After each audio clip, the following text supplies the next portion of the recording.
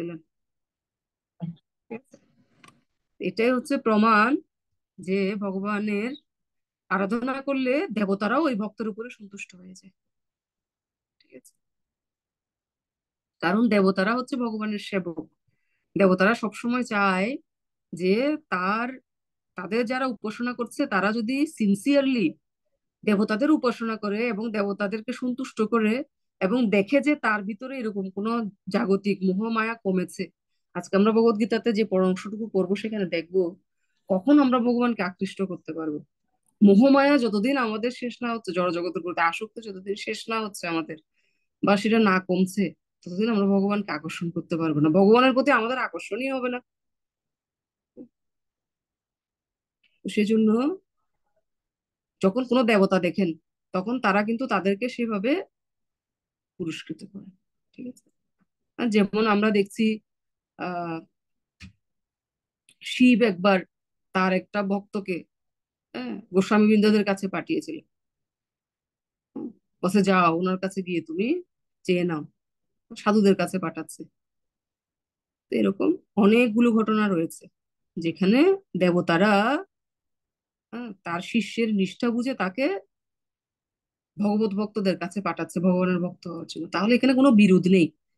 দেবতা পূজা এবং ভগবানের পূজার মধ্যে কোনো বিরোধ নেই। আমরা ভগবান শ্রীকৃষ্ণের আরাধনা করছি, তার মানে সমস্ত দেবতাদের আমরা সন্তুষ্ট করছি।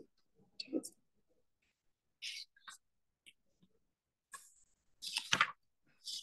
আমরা ভগবদ্গীতাতে প্রবেশ করব।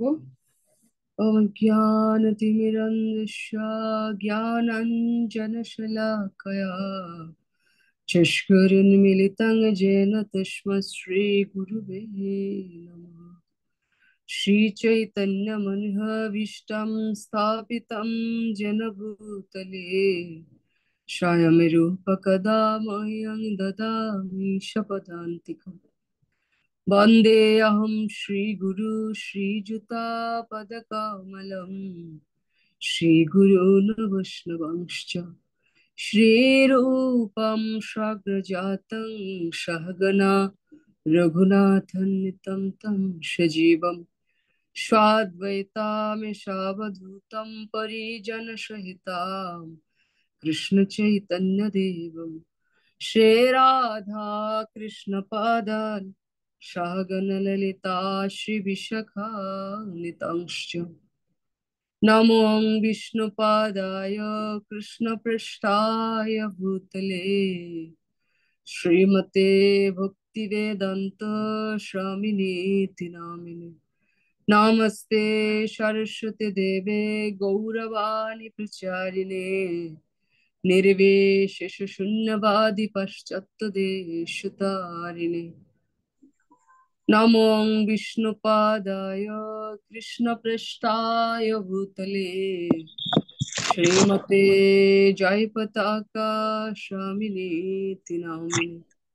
नमो आचार्यपादाय निताय कृपाप्रदाय गौरकथाधमदाय नगरग्रामतारिणे। जय श्री कृष्ण चैतन्य प्रभु नित्यानंद श्री अद्वैत गदाधर श्रीवासदि गौर भक्तवृंद। हरे कृष्णा कृष्णा कृष्णा हरे हरे, हरे राम राम राम हरे हरे। मूकं करोति वाचालं पङ्गुं लङ्घयते गिरिं यत्कृपातमहं वन्दे श्रीगुरु दीनतारिणं। परमानन्दमाधवं श्रीचैतन्यईश्वरम्।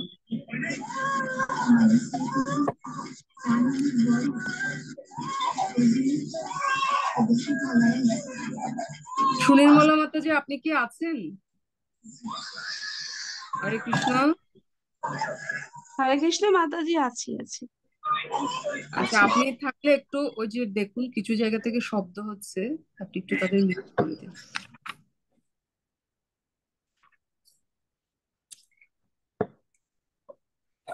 তো আমরা ভগবত গীতার মুখবন্ধ থেকে পাঠ করছিলাম 26 পৃষ্ঠায়, গ্রুপে দেয়া ছিল। মানব জীবনের একমাত্র উদ্দেশ্য হচ্ছে ভগবত ধামে ফিরে যাওয়া। হ্যাঁ, সেটার পর্যন্ত আমরা আলোচনা করেছিলাম। একমাত্র উদ্দেশ্য ভগবত ধামে ফিরে যাওয়া। হুম। এখানে কে কে এটা করছেন যে একমাত্র উদ্দেশ্য ভগবত ধামে ফিরে যাওয়া?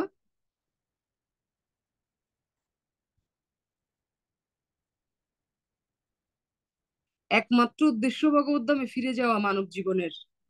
হ্যাঁ, এখানে কারা কারা এই উদ্দেশ্যের সাথে অ্যালাইন করতে পেরেছেন নিজেদেরকে? মানে মনে করছেন যে আমার জীবনের একমাত্র উদ্দেশ্য হচ্ছে ভগবত ধামে ফিরে যাওয়া, এর বাইরে কি কারো উদ্দেশ্য আছে? কোনো মানে অনেস্টলি বলতে হবে। আমার একটা বাড়ি করা দেশে, আমার এই করা, এই করা, আরো অনেক কিছু থাকতে পারে। হুম। এখানে যে শিল প্রভুপাদ বলেছে মানব জীবনের একমাত্র উদ্দেশ্য হচ্ছে ভগবত ধামে ফিরে যাওয়া, এই একমাত্র উদ্দেশ্য, একমাত্র, আর কোনো উদ্দেশ্য নেই। আহ অনেক কঠিন এটা, কিন্তু আসলে আমাদের এই মানব শরীরটা পাওয়ার পরে এটা আমাদের মূল উদ্দেশ্য। অন্যান্য যখন আমরা জন্মগুলো পেয়েছি পশুজনী অনেক, না, পশুজনী, পাখিজনী, মাছ জন্ম, তখন আমাদের জীবনের একমাত্র উদ্দেশ্য ছিল কি করে দুটো ভালো করে খাবো, কি করে ঘুমাবো, কি করে বংশ বিস্তার করব, কি করে নিজেদের আত্মরক্ষা করব, এর বাইরে আমরা কিছু ভাবতে পারিনি। এখন যদি আমাদের চাওয়াগুলো এরকম হয়, কি করে বাড়ি বানাবো আর আত্মরক্ষা করব, কি করে 1 কোটি টাকা ব্যাংক ব্যাংক ব্যালেন্স করবো আর আমি সুরক্ষা পাবো, কি করে আমার মানে সন্তান সন্ততিদের বড় করব, অথবা কি করলে আমি একটু আরেকটু সেটেল হব, আমার ফ্যামিলি সেটেল হবে, এগুলো যদি আমাদের জীবনের একমাত্র লক্ষ্য থাকে তাহলে কিন্তু এটা খুব কঠিন যে আমরা এই কৃষ্ণ ভক্তিতে উন্নতি করতে পারবো, করতে পারবো, কিন্তু সেটা কি হবে, একটু স্লো হবে। কিন্তু তাই বলি কি আমরা কৃত্রিম ভাবে এটা করবো যে না, আমার যা আছে আমি সবকিছু ছেড়ে দিব না? সেজন্য হচ্ছে আমাদের জন্য যুক্ত বৈরাগ্যের পন্থা এই ভগবত গীতাতে বিশ্লেষণ করা হয়েছে। কৃত্রিম ভাবে কিছুই করা যাবে না, কারণ কৃত্রিম ভাবে কিছু করলে সেটা আমাদের দীর্ঘস্থায়ী হবে না। আর কিছু সময়ের জন্য সেটা মনে হতে পারে যে না, আমার ভিতরে বৈরাগ্য এসেছে, আমি ভগবত ভক্তির মূল তত্ত্ব বুঝতে পেরেছি, এখন আমি সমস্ত কিছু, আমার কোনো কিছুর প্রতি কোনো আসক্তি নেই। কিন্তু সূক্ষ্মভাবে যখন আমরা নিজেদের পরীক্ষা করব তখন আমরা দেখবো যে না, আমরা কৃত্রিমতার আশ্রয় নিয়েছি। সেজন্য আমরা স্থানে স্থিত, আমরা যেখানে আছি সেখানে থেকে ভগবানের কথা শ্রবণ কীর্তনে আমাদের মনোনিবেশ করতে হবে। আর এটা সবসময় মনে রাখতে হবে যে আমরা আমরা যেমন আমাদেরকে জীবনকে নিয়ে একটা প্ল্যানিং করছি, ঠিক একইভাবে আমরা ভগবানের একটা প্ল্যানিং এর অংশ। ভগবান আমাদেরকে নিয়ে একটা প্ল্যান করছেন, এইটার অংশ নিজেদেরকে মনে করতে হবে।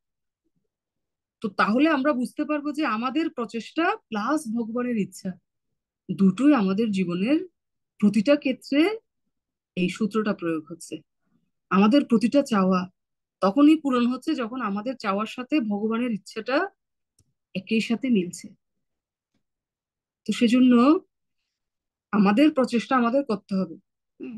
আবার কিছু কিছু জন্য আমাদের ভগবানের উপর নির্ভর করতে হবে, যখন যেমন ভগবত গীতার জ্ঞান যখন অর্জুনকে দেওয়া হয়েছে, অর্জুন শুরুতে কি করেছিল, সে তার হাত থেকে গান্ডীব ধনু ফেলে দিয়েছে, সে যুদ্ধ করবে না। আর যুদ্ধ শেষে অর্জুন কি করলো, অর্জুন গান্ডীব ধনুকটা হাতে তুলে নিল। অর্থাৎ সে এখন কিছু করবে ভগবানের জন্য। আর দ্রৌপদী কি করেছিল, দ্রৌপদী দুহাত তুলে ভগবানের কাছে সারেন্ডার করেছিল। দুহাত খালি, দুহাত তুলে ভগবানের কাছে সারেন্ডার করেছিল। দুটাই সমর্পণ। তা আমাদের জীবনে দুটোই প্রয়োজন। হুম। প্রয়োজনীয় ক্ষেত্রে আমাদেরকে অর্জুনের মতো গান্ডীব ধনুক হাতে তুলে নিয়ে নিজেদের ভক্তিকে সুরক্ষিত করতে হবে। আবার প্রযোজ্য ক্ষেত্রে আমাদেরকে দুহাত তুলে ভগবানের করুণার উপরে নির্ভর করতে হবে। যদি আমরা মনে করি আমি সবকিছু করব, তাহলে আমরা সফল হব না। আবার যদি আমরা মনে করি যে ভগবানের হাত আমি সবকিছু ছেড়ে দিলাম, কিন্তু আমাদের যে করণীয় সুযোগ ভগবান দিয়েছে সেটা আমরা করছি না, তাহলে হবে না। যখন বলা হয়েছিল যে মহাপ্রভু বলেছিলেন পৃথিবীতে আছে যত নগরাদি গ্রাম সর্বত্র প্রচার হইবে মোর নাম, এখন শিল প্রভুপাদ যদি এটা মনে করতেন যে ভগবান এই কথাটা বলেছেন, তাহলে ভগবানই এটা করবেন না। তারা মনে করেছে ভগবান যে আমাদেরকে যে এগুলো কিছু ভবিষ্যৎবাণী করেছে, এটা হচ্ছে আমাদের জন্য একটা সুযোগ, এইটা আমাদেরকে এই সেবাটা আমরা করতে পারি। নিজেদের করেছেন, শিল প্রভুপাদ নিজে নিজের জীবনে সেটা প্রয়োগ করেছেন। সেজন্য আমরা ভগবানের হাতে, ভগবানের উপর নির্ভর করব, বাট আমাদের কাছে আমাদের সর্বোচ্চটা আমাদের করতে হবে। একটা লাইন লিখুন, ট্রাই ইউর বেস্ট,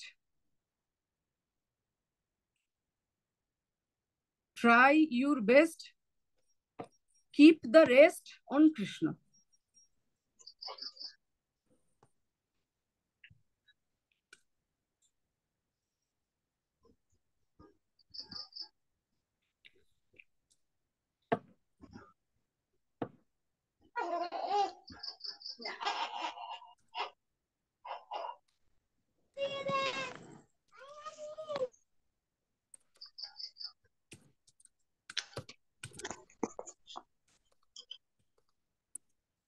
মাতাজি কি বললেন? Try your best, keep the rest on Krishna, এটা?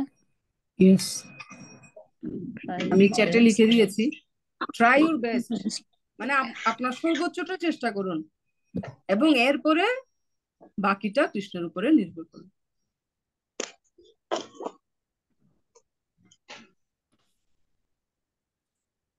বক্তা রান্নাঘর লাইটটা ধরাই সেটা ধাক্কা থেকে বক্সটা নিয়ে আসি, বক্স তো বলে আমরা দিবে না। বক্স ছিল না, বক্স।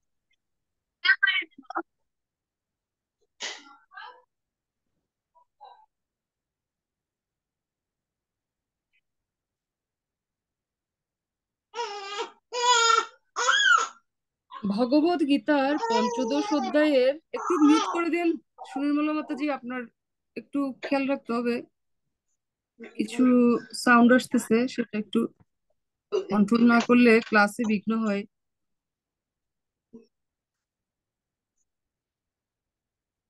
হরে কৃষ্ণ। জয়া মাতাজি একটু আপনি মিউট করে দিন। ওকে, খেয়াল রাখতে হবে, অনেক সময় আনমিউট হয়ে যায়, যারা আনমিউট করেছে তারাও বুঝতে পারে না, এই জন্য বিশেষ করে হোস্টকে একটু খেয়াল রাখতে হবে।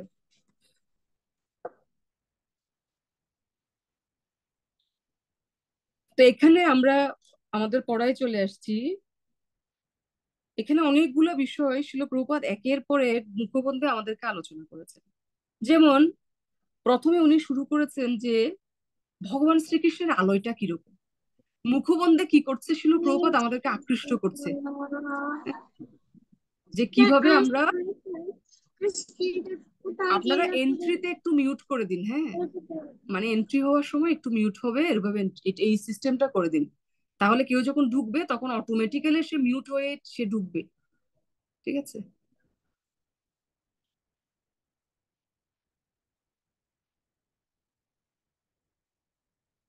আচ্ছা, সবাই একবার হরে কৃষ্ণ মন্ত্র উচ্চারণ করুন, হরে কৃষ্ণ হরে হরে হরে কৃষ্ণ কৃষ্ণা। কৃষ্ণ।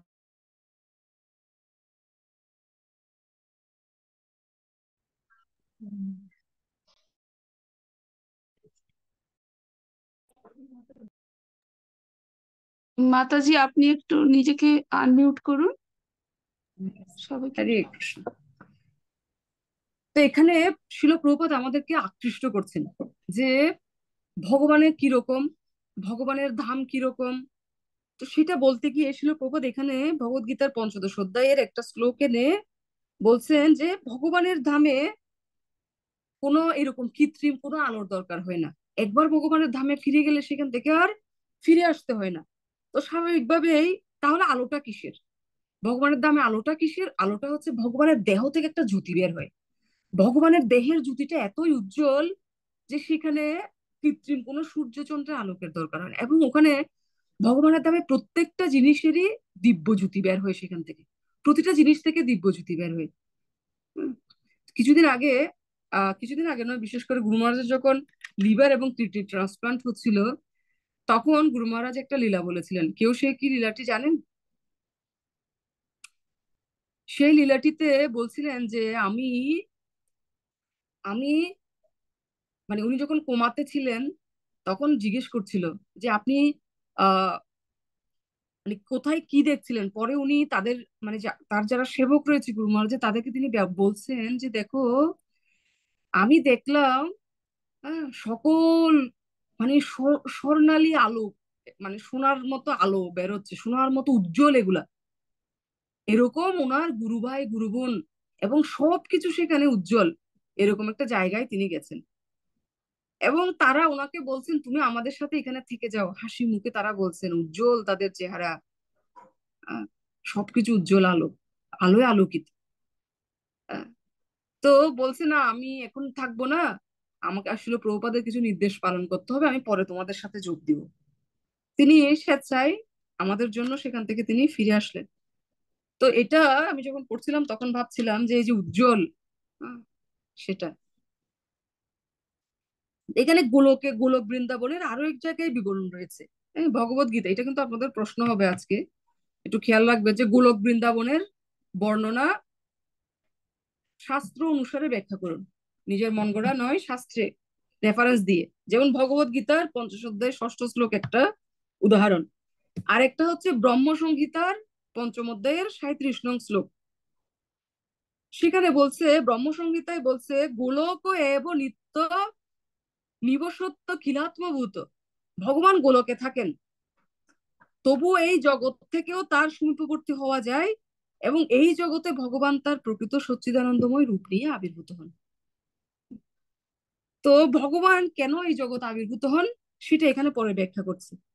এই যে ভগবান এই জগতে আবির্ভূত হন, এখানে দেখুন বলছে ২৭ অধ্যায়ের মাঝামাঝিতে, কেউ যদি আপনাদের জিজ্ঞেস করেন ভগবান কেন আসেন, তিনি গোলকে থাকেন, তিনি এখানে কেন আসবেন এই জগতে, তিনি যখন এই রূপ নিয়ে প্রকাশিত হন তখন আর তার রূপ নিয়ে জল্পনা কল্পনা করার কোনো প্রয়োজনীয়তা আমাদের থাকে না। এই ধরনের জল্পনা কল্পনা থেকে মানুষকে নিবৃত্ত করার জন্য তিনি তার স্বরূপে অবতীর্ণ হন এবং তার শ্যাম সুন্দর রূপ প্রদর্শন করেন। এই লাইনটা দাগ দিয়েছেন সবাই? পরবর্তীতে আছে দুষ্টদের বিনাশ করার জন্য, সেটা ঠিক আছে, কিন্তু এখানে যে কথাটা বলেছেন সেই কথাটা আপনাদের জানতে হবে। যে মুখবন্ধী ছিল প্রভুপাদ বলছেন যে ভগবান কেন আসেন, ভগবান যে কিরকম সেটা রূপ নিয়ে আমাদেরকে জল্পনা কল্পনা করে।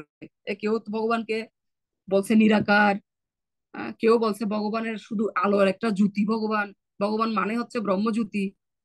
তো বলছে কেউ যাতে এরকম জল্পনা কল্পনা না করে ভগবানের রূপ নিয়ে, সেজন্য ভগবান নিজে তার স্বরূপ নিয়ে অবতীর্ণ হন। সাপোজ মনে করেন আমাদের এখানে চৈতন্য চরণ প্রভু এসেছে না আজকে, তো উনি গৃহস্থদের ক্যাম্প দিচ্ছে, আমি যেতে পারিনি। আমি গেলে আপনাদের এই ক্লাসটা হতো না, প্লাস হচ্ছে আমার একটু প্রিপারেশন আছে, কালকে আমার মায়ের অপারেশন, তো একটু এই জন্য ব্যস্ততা রয়েছে। তো চৈতন্য চরণ প্রভু এখন বাংলাদেশে এসেছে, এখন ওনাকে আমরা কেউ দেখিনি। হ্যাঁ, উনি আসার আগে আমরা অনেক জল্পনা কল্পনা করতে পারি উনি কিরকম দেখতে, উনি এরকম ওরকম এরকম অনেক, কিন্তু যখন উনি এখানে এসেছেন, মনে করেন ফেসবুক হোয়াটসঅ্যাপের যুগ না, হ্যাঁ, তাহলে উনি আসার পরে আমরা দেখতে পাচ্ছি ও উনি এরকম, হ্যাঁ, তাহলে আমাদের আর জল্পনা কল্পনা করার প্রয়োজন হচ্ছে না।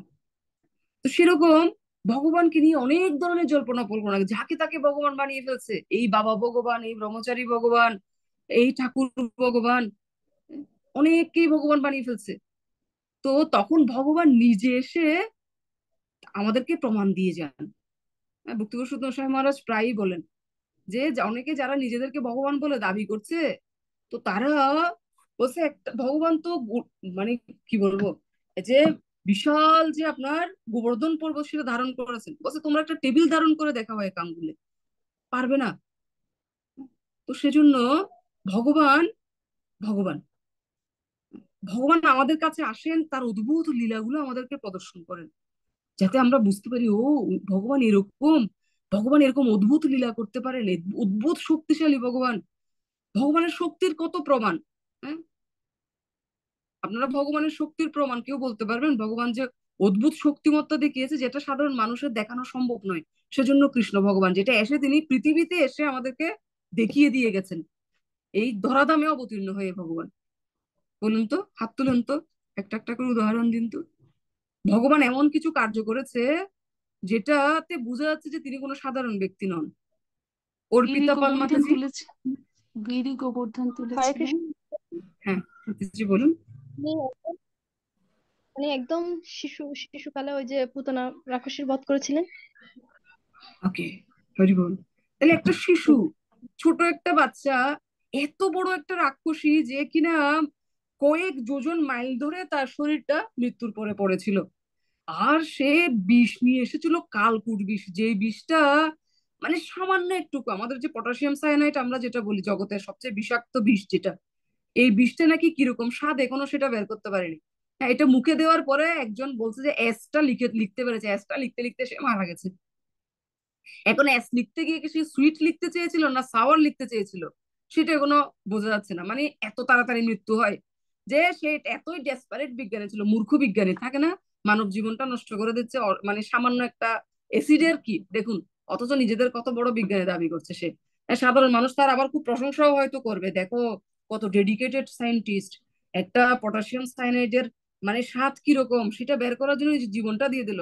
আর আমরা বক্তারা বলবো কত বড় মূর্খ দেখো, সে একটা মানব জন্ম পেয়েছিল, আর সামান্য একটা বিষের স্বাদ কিরকম সেটা বের করতে গিয়ে সে বিষ খেয়ে মারা গেল।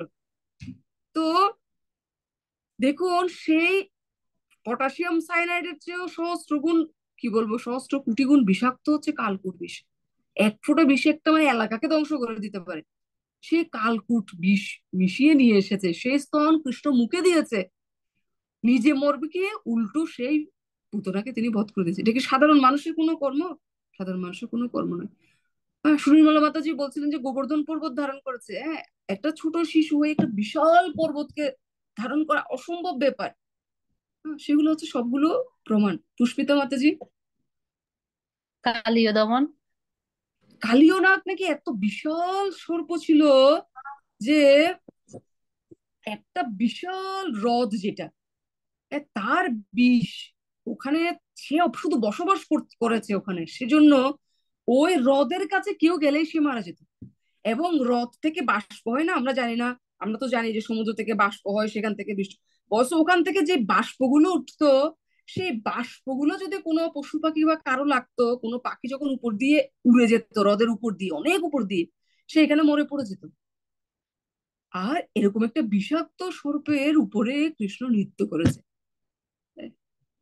সম্ভব? এটা সাধারণ কোনো ব্যক্তি সম্ভব? একটা ছোট ছোট সাপ মনে করুন, একটা শিশু সম্ভব? কালিও তো দূরের কথা, ছোট সাপ সম্ভব না। সাগরিকা মাতাজি, আনমিউট করুন। হরে কৃষ্ণ মাতাজি প্রণাম। অকাসুর বধ আছে, ধাবনা গ্রাস আছে, তারপর শরতের বর্ণনা আছে, তার বিশ্বরূপ দর্শন আছে, এবং আমরা যে শরতের বর্ণনা কি এই ধরনের কোন লীলা রয়েছে? বিশ্বরূপ দর্শন, good point. Aghasur good point. আরো আছে যে আমরা লীলা শ্রীকৃষ্ণের লীলা পুরুষোত্তম যে এটা আছে, মানে অনেক 96টি লীলা আছে, একটা থেকে একটা। তাহলে এগুলো সবগুলো অদ্ভুত অদ্ভুত লীলা। আরো বড় লীলা, উনি 16,108 জনকে বিবাহ করতে পেরেছেন। এই জগতে কোনো পুরুষের পক্ষে সেটা সম্ভব? না হ্যাঁ, মাতাজি।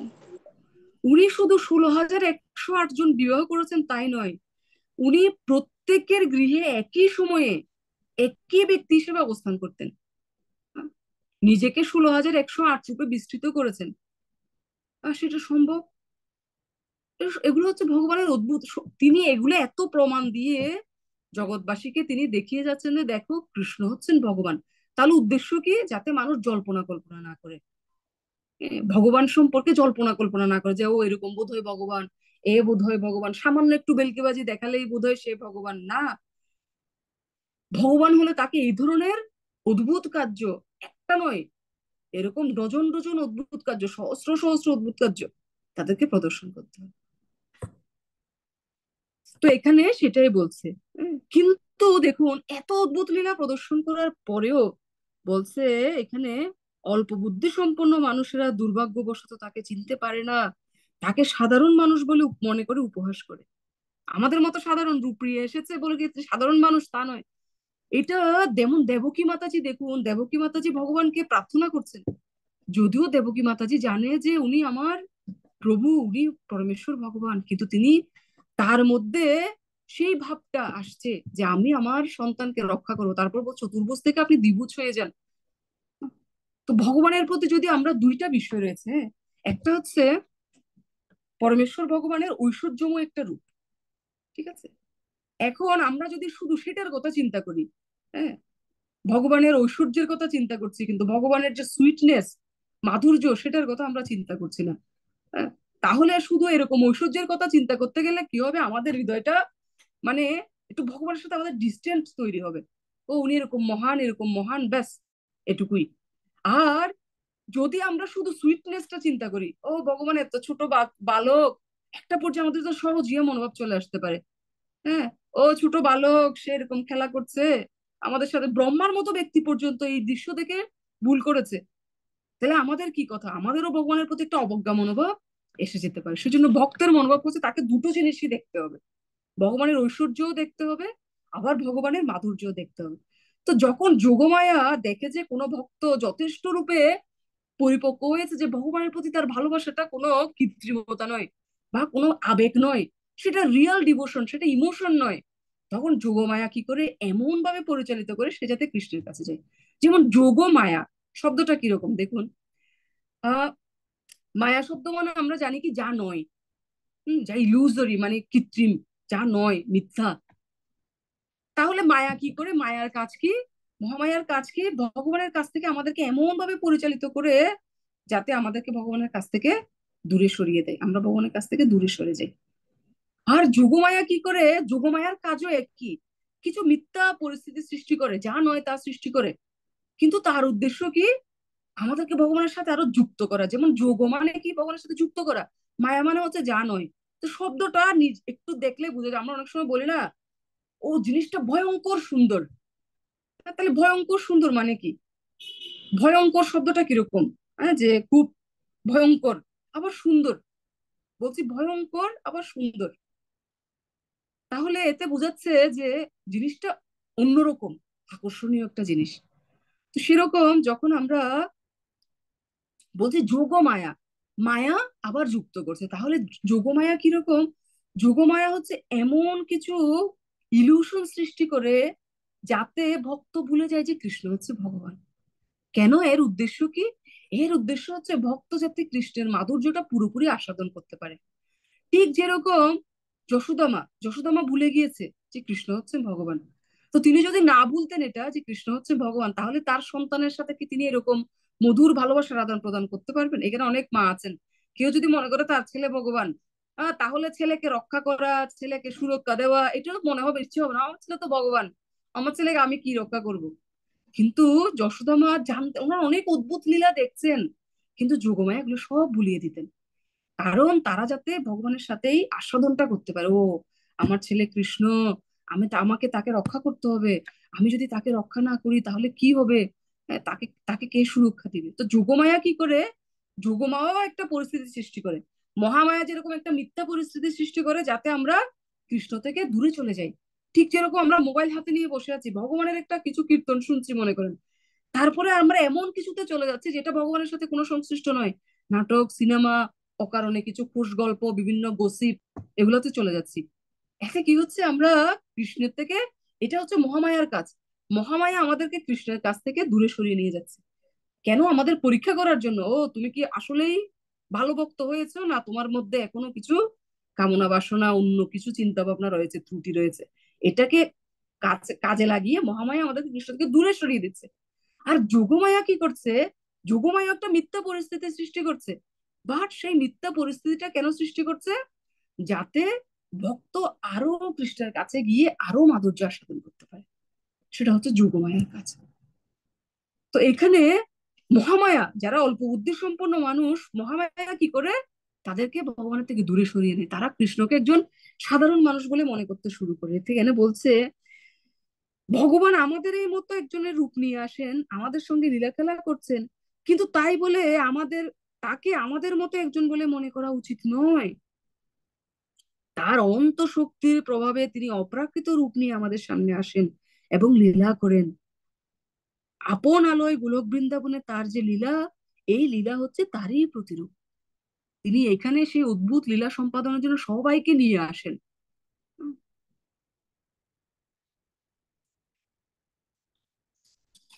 তো এখন চিন্ময় জগতের আরো কিছু বর্ণনা দিচ্ছেন শিল প্রভুপাদ, যে চিন্ময় জ্যোতি, চিন্ময় আকাশে কি ভাসছে, অসংখ্য গ্রহ ভাসছে ব্রহ্মজ্যোতির মধ্যে। আচ্ছা, আমাদের যে আকাশটা দেখছি সেটা কি চিন্ময় আকাশ না জড় আকাশ? এখানে যে বলছে চিন্ময় আকাশে ব্রহ্মজ্যোতিতে অসংখ্য গ্রহ ভাসছে, কেউ বলবেন, হাত তুলুন।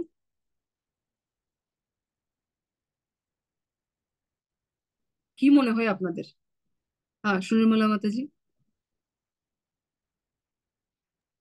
আমাদের আনমিউট এটা করুন। তো জড় আকাশ, জড় আকাশ আমাদের এটা। হুম, এটা হচ্ছে জড় আকাশ। হ্যাঁ। তো এখানে শিল প্রভুপাদ পরে বলছেন যে জড়জাগতিক আকাশে, মানে চাঁদের কথা ছেড়েই দিলাম, জড়জাগতিক আকাশে যদি যে ব্রহ্মলোক পর্যন্ত যদি আমরা যাই, ব্রহ্মলোক পর্যন্ত জড় আকাশের অন্তর্গত বলছে, সেখানে গেলেও আমাদেরকে আবার ফিরে আসতে হবে। প্রমাণ কি? ব্রহ্মা ভুবনা লোকে পুনরাবর্তিন অর্জুন। ব্রহ্মলোকে গেলেও হে অর্জুন তাকে আবার এই জগতে ফিরে আসতে হবে। তো এগুলো হচ্ছে জড়।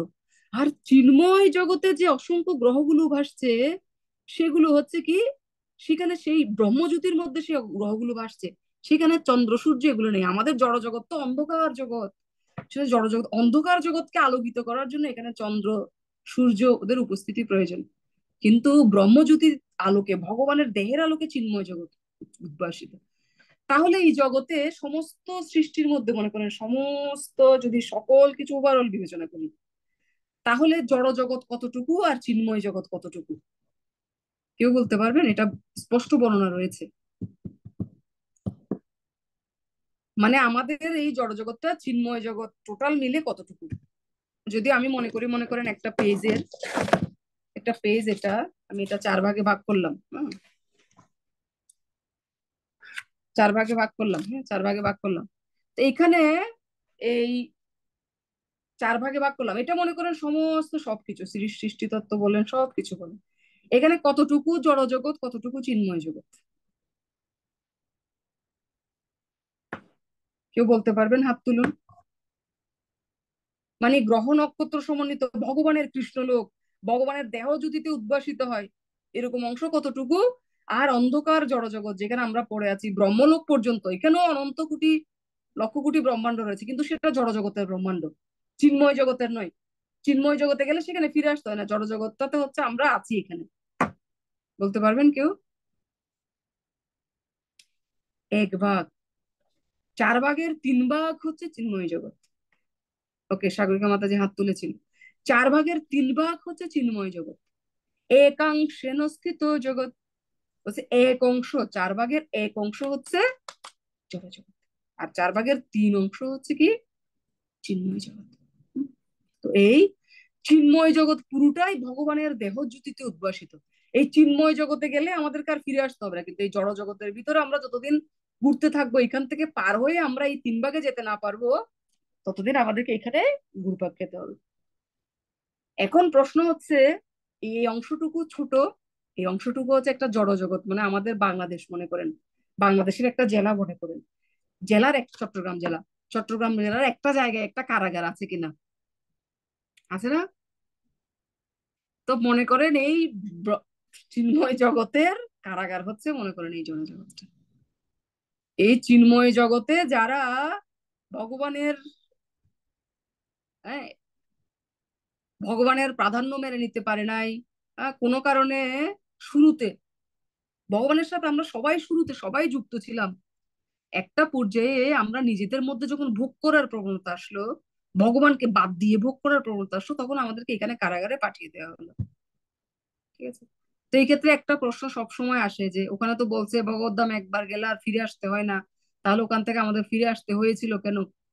এটার উত্তর হচ্ছে যে আহ কেন আমাদেরকে ফিরে আসতে হয়েছিল সেটা আমরা ওখানে গেলে বুঝতে পারবো।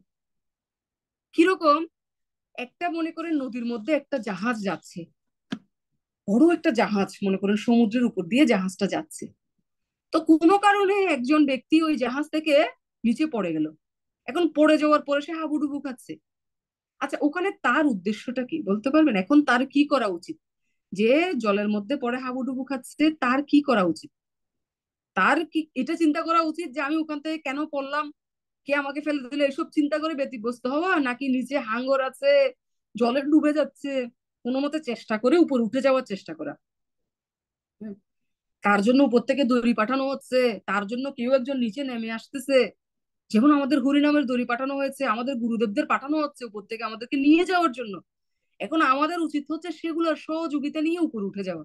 এখন সে ব্যক্তি পড়ে গিয়েছে জাহাজ থেকে নিচে, সে যদি উপরে উঠে যায় তখন সে বুঝতে পারবে সে কেন ওখান থেকে সে পড়ে গিয়েছিল। সে কি স্লিপ করেছিল, নাকি সে কোনো কারণ ধাক্কা গেছিল, নাকি নিজের ইচ্ছায় সে ভাবছে যে নিচে জলটা তো খুব সুন্দর দেখি, একটু লাফ দিয়ে দেখি, তখন তার মনে পড়বে।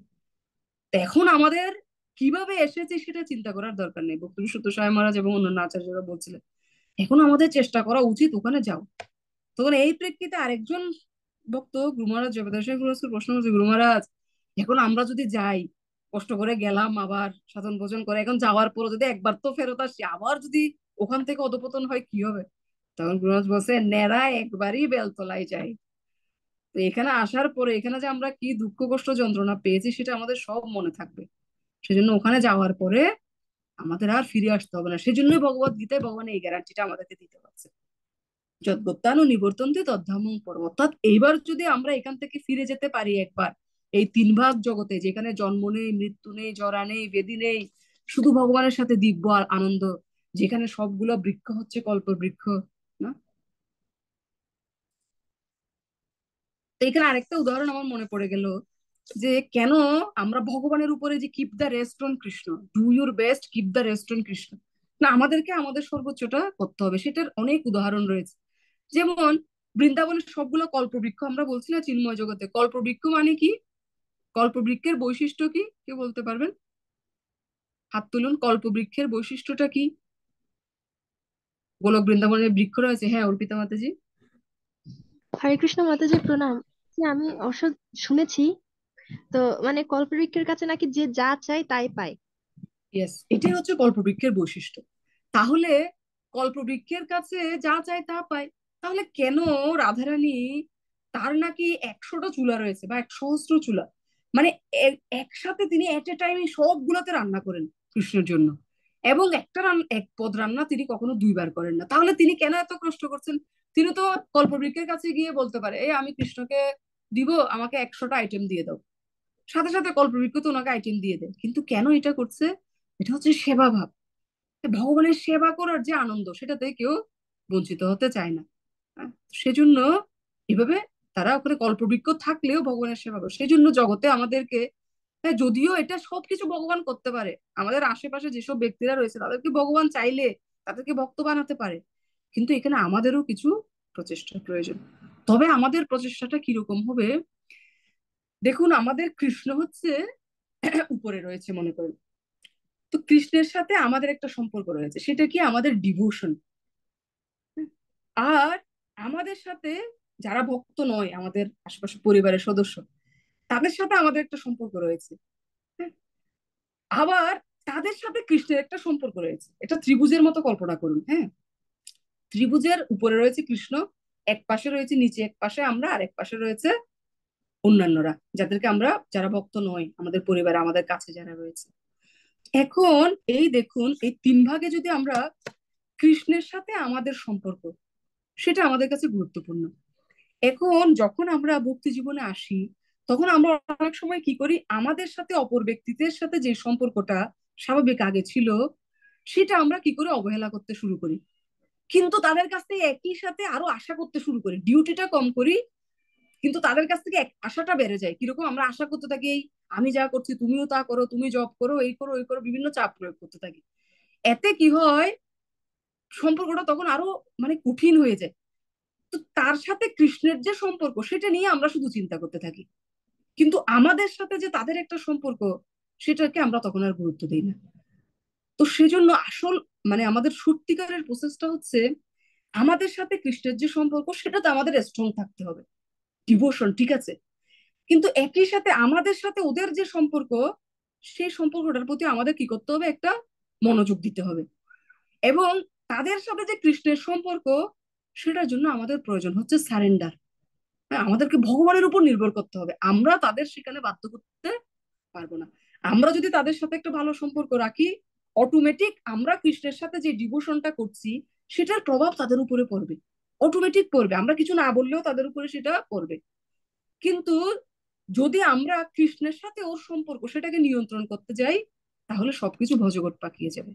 তো সেই জন্য এখানে একটা ডাস ফর্মুলা, DAS, একটা ফর্মুলা রয়েছে, ডি ফর ডিভোশন, কৃষ্ণের সাথে আমাদের সম্পর্ক, ঠিক আছে। আর আমাদের পরিবারে যে অন্য অভক্তরা রয়েছে তাদের সাথে সম্পর্ক, পরিবার বা আমাদের কলিগ বা আমাদের স্কুল অন্যান্য জায়গায় যারা। আর DAS, এস হচ্ছে সারেন্ডার। সারেন্ডার হচ্ছে ওই অপর ব্যক্তিটার সাথে কৃষ্ণের সম্পর্ক। কেন অবশ্যই তার সাথে কৃষ্ণের একটা সম্পর্ক আছে, এমন নয় যে আমি ভক্ত হয়েছি আমার সাথে কৃষ্ণের সম্পর্ক আছে, ওই ব্যক্তিটার সাথে কৃষ্ণের কোনো সম্পর্ক নেই, তা নয়। কেন ভগবদ্গীতা বলছে অং সর্বস্ব প্রভব, তারপর বলছে মমেবাংশ জীবলোকে জীবভূতে সনাতন। ভগবান তাকেও ভগবান খেয়াল করছে, তাকে নিয়েও ভগবানের একটা প্ল্যানিং রয়েছে। তো আমাদের সেটার মধ্যে ইন্টারফেয়ার করার বেশি প্রয়োজন নেই। এই ক্ষেত্রে আমাদের কি করতে হবে? Do your best, keep the rest on Krishna. কৃষ্ণের উপর নির্ভর করতে, যদি আমরা কৃষ্ণের উপর নির্ভর না করে তার সাথে কৃষ্ণের যে সম্পর্ক সেটা নিয়ে আমরা বেশি মাথা ঘামাতে যাই, এই তুমি জব করো, এই তুমি প্রসাদ পাও, তুমি এই করো, তুমি ওই করো, তাতে কি হবে? আমাদের সাথে কৃষ্ণের যে একটা ডিভোশনের সম্পর্ক রয়েছে সেই সম্পর্কটা কি হয়ে যাবে? আমরা টেনশনে পড়ে যাব। হ্যাঁ, এটা অনেকেরই আপনারা বুঝতে পারবেন যখন দেখা যায় যে পরিবারের কাউকে খুব প্রেসার করছেন কোনো কিছু করার জন্য, সে করছে না, খুব রেগে যাচ্ছেন আপনি, অটোমেটিক দেখা যাবে সেটা কি হচ্ছে, আপনার ভক্তিতে প্রভাব পড়ছে। আপনি জব করতে গেলে সেটা আপনার মনে হচ্ছে। তো সেই জন্য চৈতন্যচরণ প্রভুকে গত পরশু দিন একজন ভক্ত প্রশ্ন করছিল যে আমাদের গৃহে এরকম কিছু অভক্তরা রয়েছে, তো তারা কি করছে, অনেক সময় মানে কিছু জিনিস ধরে ফেলছে, মানে আমাদের রান্নার যে জিনিস, পাত্রটা হয়তো নষ্ট করে ফেললো, ভগবানের পাত্রটা, এই পিউরিটি মেনটেন করছে না, শুদ্ধতা মেনটেন করছে না, তো এটা আমাদের কি করণীয়? এটা আমাদের অনেক রাগ হচ্ছে। তো উনি বলছেন যে দেখো, শিল প্রভুপাদ আমাদেরকে বলছিলেন যে কৃষ্ণ ভাবনামৃত সঙ্গ, কৃষ্ণ ভাবনা, মনের মধ্যে কৃষ্ণের ভাবনাটা করা, সেটা গুরুত্বপূর্ণ। তো যদি আপনি পিউরিটি মেনটেন করার দিকে অতিরিক্ত মনোযোগ দিতে গিয়ে, অতিরিক্ত গুরুত্ব দিতে গিয়ে কৃষ্ণের সাথে যে সম্পর্ক, সেই সম্পর্কটাই আমাদের ক্ষতিগ্রস্ত হয়ে যাচ্ছে, তাহলে এটা আমাদের কোনো উপকারে আসবে না। কিরকম, আপনি একজনের সাথে করলো, তার সাথে ঝগড়া করতে করতে দেখা গেলো নিজের জবটাই সঠিকভাবে ভগবানকে স্মরণ করে করতে পারলেন না, তাহলে সেটা কোনো লাভ হবে না। তো এই ক্ষেত্রে আমাদের যদি কোনো একটা জিনিস স্যাক্রিফাইস করতে হয়, তাহলে আমাদের যতদূর সম্ভব আহ, কৃষ্ণকে যদি আমরা হৃদয়ে ধারণ করি, আমরা যদি ভগবানের সাথে আমাদের সম্পর্কটা স্থাপন করার চেষ্টা করি, তার মানে এই নয় যে আমরা নিয়ম কানুন অবহেলা করতে শুরু করব, যেটা খুশি যেটা সেটা করতে শুরু করবো, তা না। কিন্তু কিছু জিনিস তো আমাদের হাতে নেই, আমি ইচ্ছা করলে সেটা করতে পারছি না, কারণ এটা হচ্ছে অনেক কিছু রয়েছে। কিরকম, আমরা এখন শুধু পরিস্থিতিটা দেখছি, এখন আমরা দেখছি না আমাদের পূর্বজন্মে আমরা কি করেছি, সেটা আমাদের স্মরণে নেই। কোন ধরনের কর্ম আমাদের মধ্যে রয়েছে, কোন কোন কর্মফল ভোগ করা আমাদের ভাগ্যে রয়েছে, সেটা আমরা জানি না। এবং ওই ব্যক্তিটার সাথে কৃষ্ণের কি সম্পর্ক রয়েছে, যাকে আমরা ভক্ত করতে চাচ্ছি কিন্তু পারছি না, তার সাথে কৃষ্ণের কি কর্মফল সম্পর্ক রয়েছে, পূর্বজন্মে তার কি কর্মফল রয়েছে, কি কি কর্মফল তাকে ভোগ করতে হবে, সেটাও আমরা জানি না। এখন না জেনে যদি আমরা শুধু চেষ্টা করতে থাকি, শুধু ফোর্স করতে থাকি, তাহলে হবে না। সেজন্য আমরা যেটুকু বড়জোর করতে পারি, আমাদের সাথে কৃষ্ণের যে সম্পর্ক, সেটার মধ্যে আমরা কম্প্রোমাইজ করব না। আমাদের জপ, আমাদের সাধনা, আমাদের ভগবানের প্রসাদ গ্রহণ, কিছু যে প্রিন্সিপাল রয়েছে আমাদের, সেই প্রিন্সিপাল গুলোর সাথে আমরা আমরা কম্প্রোমাইজ করব না, সেটা আমরা স্ট্রং রাখবো। একই সাথে এর পরে আমাদেরকে কৃষ্ণের সাথে তার সম্পর্ক সেটা নিয়ে চিন্তা না করে, ওর সাথে আমার যে সম্পর্ক সেটা কি করে ভালো করা যায়। কিছু জিনিস তাকে বুঝাতে হবে যে দেখো, এই জিনিসগুলো আমি কৃষ্ণের সাথে যুক্ত হয়েছে, আমি কম্প্রোমাইজ করতে পারছি না, কিন্তু তার মানে এই নয় যে আমি তোমাকে খেয়াল করছি না। হুম। তো উনি একটা উদাহরণ বলছিলেন, উনি যখন USA তে গিয়েছিলেন চৈতন্যচরণ প্রভু, একটা পরিবারে উনি উঠেছিলেন। তো সেই পরিবারে ওনার মা, একটা মেয়ে, ওদের একটা মেয়ে আছে। হ্যাঁ, মেয়েটার মা প্রভুকে বলছে বলছে আমার মেয়েটা যখন ছোট ছিল, হ্যাঁ, সে খুব ভগবত ভক্তিতে, না সরি, মানে আমার মেয়েটা খুব ইন্টেলিজেন্ট, মানে খুব বুদ্ধিমান, কিন্তু সে ভগবত ভক্তিতে একদম আগ্রহী নয়। কিন্তু সে খুব বুদ্ধিমান, সে খুব মেধাবী, সে টপার, কিন্তু সে এই ভগবত ভক্তি কৃষ্ণ তত্ত্ব বিজ্ঞানে তার কোনো আগ্রহ নেই। তো উনি এটা দুঃখ করে প্রভুকে বলছিলেন, তো এক পর্যায়ে প্রভু তার সাথে আলাপ করছিলেন, ওই মেয়েটাও বিভিন্ন স্কলার, সে বিভিন্ন আর্টিকেল লিখে, তো প্রভু তো অনেক উচ্চশিক্ষিত, প্রভু অনেক আর্টিকেল লিখে, ওগুলো নিয়ে আলাপ করছে। তো আলাপ করতে করতে একটা পর্যায়ে মেয়েটা প্রভুকে বললেন, বলছে আমার মা যখন ভক্ত ছিল না, আমার মা আমাকে অনেক সময় দিত। হ্যাঁ, মা আমাকে মানে আমার সব কিছু খেয়াল রাখতো, আমার পছন্দ অপছন্দ প্রয়োজন অপ্রয়োজন সব। কিন্তু এখন আমার মা ভক্ত হওয়ার পরে আমার মা আমাকে আর সময় দিচ্ছে না। বলছে মাঝে মাঝে আমার মনে হয় আমাকে কৃষ্ণের সাথে প্রতিযোগিতা করতে হচ্ছে, মার অ্যাটেনশন পাওয়ার জন্য, মার কাছ থেকে সময় পাওয়ার জন্য কৃষ্ণ আমার প্রতিযোগী হয়ে গেছে। দেখুন কত ডিপ একটা কথা। তো উনি তখন তার মাকে এই কথাটা বললেন যে আপনার মেয়ে এই কথাটা বলেছে। তখন মা বলছে, বলছে আমি তো কোনোদিন এভাবে চিন্তা করিনি। আমি ভাবছিলাম আমি যদি গভীরভাবে সিনসিয়ারলি মানে নিষ্ঠা সহকারে আরো ভক্তি করি, আমার মেয়ে মনে করবে যে ও মা এত সিনসিয়ারলি ভক্তি করছে, ভক্তি করাটা কত প্রয়োজন, তাহলে আমার মেয়েও ভক্তির প্রতি আকৃষ্ট হবে। কিন্তু হয়েছে হচ্ছে উল্টোটা। কারণ তিনি কি করেছেন, তার সাথে কৃষ্ণের সম্পর্ক সেটার জন্য গুরুত্ব দিয়েছেন, মেয়ের সাথে কৃষ্ণের সম্পর্ক উন্নত করার জন্য নিজে এক্সাম্পল হতে চেয়েছেন, তাকে প্রসাদ ইয়ে করতে চেয়েছেন। কিন্তু তার সাথে যে মেয়ের সাথে যে মার একটা সম্পর্ক, সেটার কারণে সেটাতে তিনি মনোযোগটা দেননি। সেজন্য কি হয়েছে, পুরো জিনিসটাই নষ্ট হয়ে গেছে। কেননা প্রথমে আমাদের সাথে DAS ফর্মুলা, ডিভোশন, কৃষ্ণের সাথে আমাদের সম্পর্ক, অ্যাকসেপ্টেন্স, ফর অ্যাকসেপ্টেন্স, আমাদের সাথে অন্য নভক্ত যারা আমাদের আশেপাশে রয়েছে তাদের সাথে সম্পর্ক, আর হচ্ছে এস হচ্ছে সারেন্ডার, তাদের সাথে কৃষ্ণের সম্পর্ক। এই জন্য আমাদের কৃষ্ণের উপরে নির্ভর করতে হবে। এটা বিভিন্নভাবে কৃষ্ণ সেটা করবে, অবশ্যই করবে। আমাদের যেটুকু পার্ট সেটুকু আমরা করতে পারি, কিন্তু আমরা এটার জন্য বাধ্য করতে পারি না বা ফলাফল আশা করতে পারি না। ঠিক আছে, তো আমরা এই কৃষ্ণ মাতাজি, মানে হ্যাঁ, এই যে এজটা সারেন্ডার, মানে আমরা আমাদের কৃষ্ণের প্রতি শরণাগতি আর কি, আমরা সেটাই তো। মানে ওর সাথে যে ভগবানের যে সম্পর্ক, সেটার জন্য আমাদের ভগবানের প্রতি সারেন্ডার মনোভাব থাকতে হবে। অর্থাৎ আমি বিশ্বাস নই, রাখতে হবে আর কি, হ্যাঁ আমি বিশ্বাস নই রাখতে হবে ভগবান। যে ইয়েস, ইয়েস, বিশ্বাস রাখতে হবে, শরণাগতি থাকতে হবে যে ভগবান তাকে করবেন, কেননা সেও তো ভগবানের সন্তান। এমন নয় যে আমি ভক্ত আমি ভগবানের সন্তান, সে সন্তান নয়। এমনও হতে পারে সে ভগবানের বহুত ভক্তি, আমার পরে শুরু করে আমার চেয়েও ভালো ভক্ত হয়ে যেতে পারে। তো একবার একটা মাতাজি, উনি প্রতিদিন মন্দিরে যেতেন। তো উনি কি করতেন, যখন মন্দিরে যেতেন ওনার স্বামী কি করতো, গাড়িতে বসে থাকতো, উনি গাড়ি থেকে নামতো না, স্ত্রীকে নিয়ে যেত। তোমার মনে খুব দুঃখ ছিল যে ও আমার স্বামী একটু আসছে না মন্দিরে, গাড়িতে বসে থাকছে। তো কিন্তু উনি কিছু বলতেন না ওনাকে। তো একবার হলো কি, আহ প্রভু গাড়িতে বসে আছে, একটা বড় ফেস্টিভ্যাল হবে, তো ট্রাক থেকে কিছু মন্দিরে নেওয়ার জন্য কিছু গ্রোসারি এসেছে, মুদি বাজার। তো মুদি বাজার গুলো কি করেছে, হঠাৎ করে ট্রাক থেকে পড়ে গেছে। তো ওখানে যারা ভক্তরা আছে তারা ওনাকে আশেপাশে দেখছে, ওই ব্যক্তি গাড়িতে বসে আছে, বলছে আমাদেরকে একটু সহায়তা করবেন, এগুলো একটু আমরা আবার গাড়িতে উঠাবো। তখন উনি একটু হেল্প করলেন, ওদেরকে গাড়িতে উঠালেন। তো পরে উঠাতে উঠাতে এক পর্যায়ে বলছে তাহলে তোরা দেখছে এগুলো নেমে গেছে, ছিঁড়ে গেছে, টেনে টেনে নিয়ে যাচ্ছে মন্দিরে। উনিও একটু গেলেন। তো তা বিভিন্ন কিছু জিজ্ঞেস করছে, কথা বলছে, এত ভালো লেগে গেছে। তো দেখছে, পরে ওনাদের সাথে উনি প্রসাদ সার্ভিসে চলে গেছেন, প্রসাদ পরিবেশন করছে। পরে মাতাজি যখন প্রসাদ পেতে আসছে, দেখে ওনার প্রভু কি মন্দিরে প্রসাদ পরিবেশন করছে। এটা হচ্ছে ভগবানের উপরে সারেন্ডার, এটা এক ধরনের সারেন্ডার। আর একটা উদাহরণ এরকম যে আমাদের দেখতে হবে ওর কিসে ইন্টারেস্ট আছে, সেটা কিভাবে কৃষ্ণের সাথে যুক্ত করা যায়।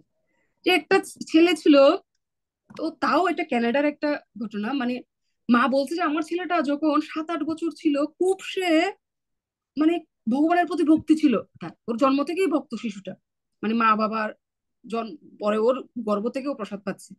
কিন্তু একটা পর্যায়ে ছেলেটা রোবোটিক্স এর প্রতি খুব আকৃষ্ট হয়ে যায়, মানে এত আকৃষ্ট হয়ে যায় সব ছেড়ে দিয়েছে সে। এবং এমনকি ওদের যে ন্যাশনাল যে মানে হচ্ছে কানাডায়, সেইখানে কানাডা বা ইউএসএ তে, সেইখানে সে মানে টপার হয়ে যায়। তো প্রভু যখন ওই ছেলেটার সাথে কথা বলতে শুরু করলো, যে রোবোটিক্স সম্পর্কে প্রশ্ন জিজ্ঞাসা করলো, বলছে ওই ছেলে এমন ভাবে বলছে যেন গঙ্গা মুখ দিয়ে, মানে এই যে কেশব কাশ্মীরি 100টা শ্লোক লিখে ফেলেছিল না গঙ্গা নিয়ে, সেরকম করে বলছে অনর্গল রোবোটিক্স নিয়ে, এত তার উৎসাহ রোবোটিক্সে। তখন তখন প্রভু ওনাকে বললেন ছেলেটাকে, বলছে তুমি তোমাদের ওখানে তুমি কোথায় কাজ করো এগুলো, বলছে আমি আইডিয়া গুলো করি হচ্ছে অ্যামাজনের জন্য।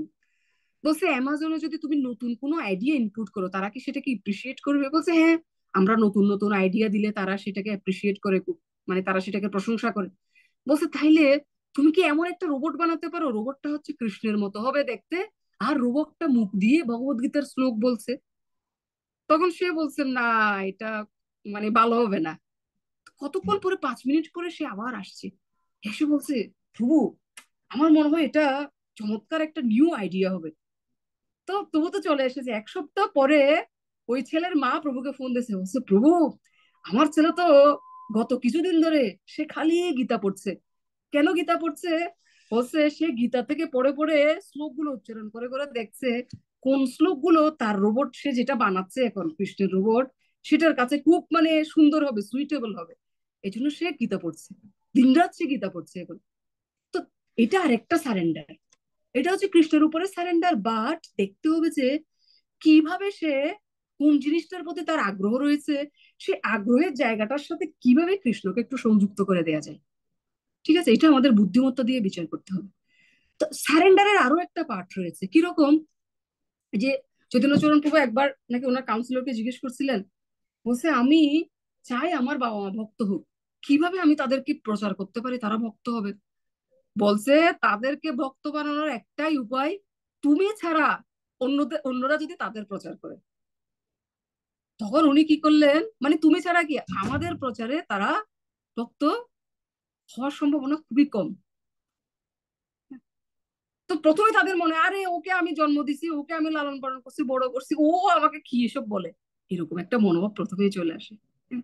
তো সেরকম উনি কি করলেন, ওনার যে নাসিকের যে ভক্তরা তাদের সাথে বাবাকে পরিচয় করিয়ে দিলেন। পরে উনি আর খোঁজ খবর রাখেননি। হ্যাঁ, উনি তো ব্রহ্মচারী, ট্রাভেলিং প্রিচার।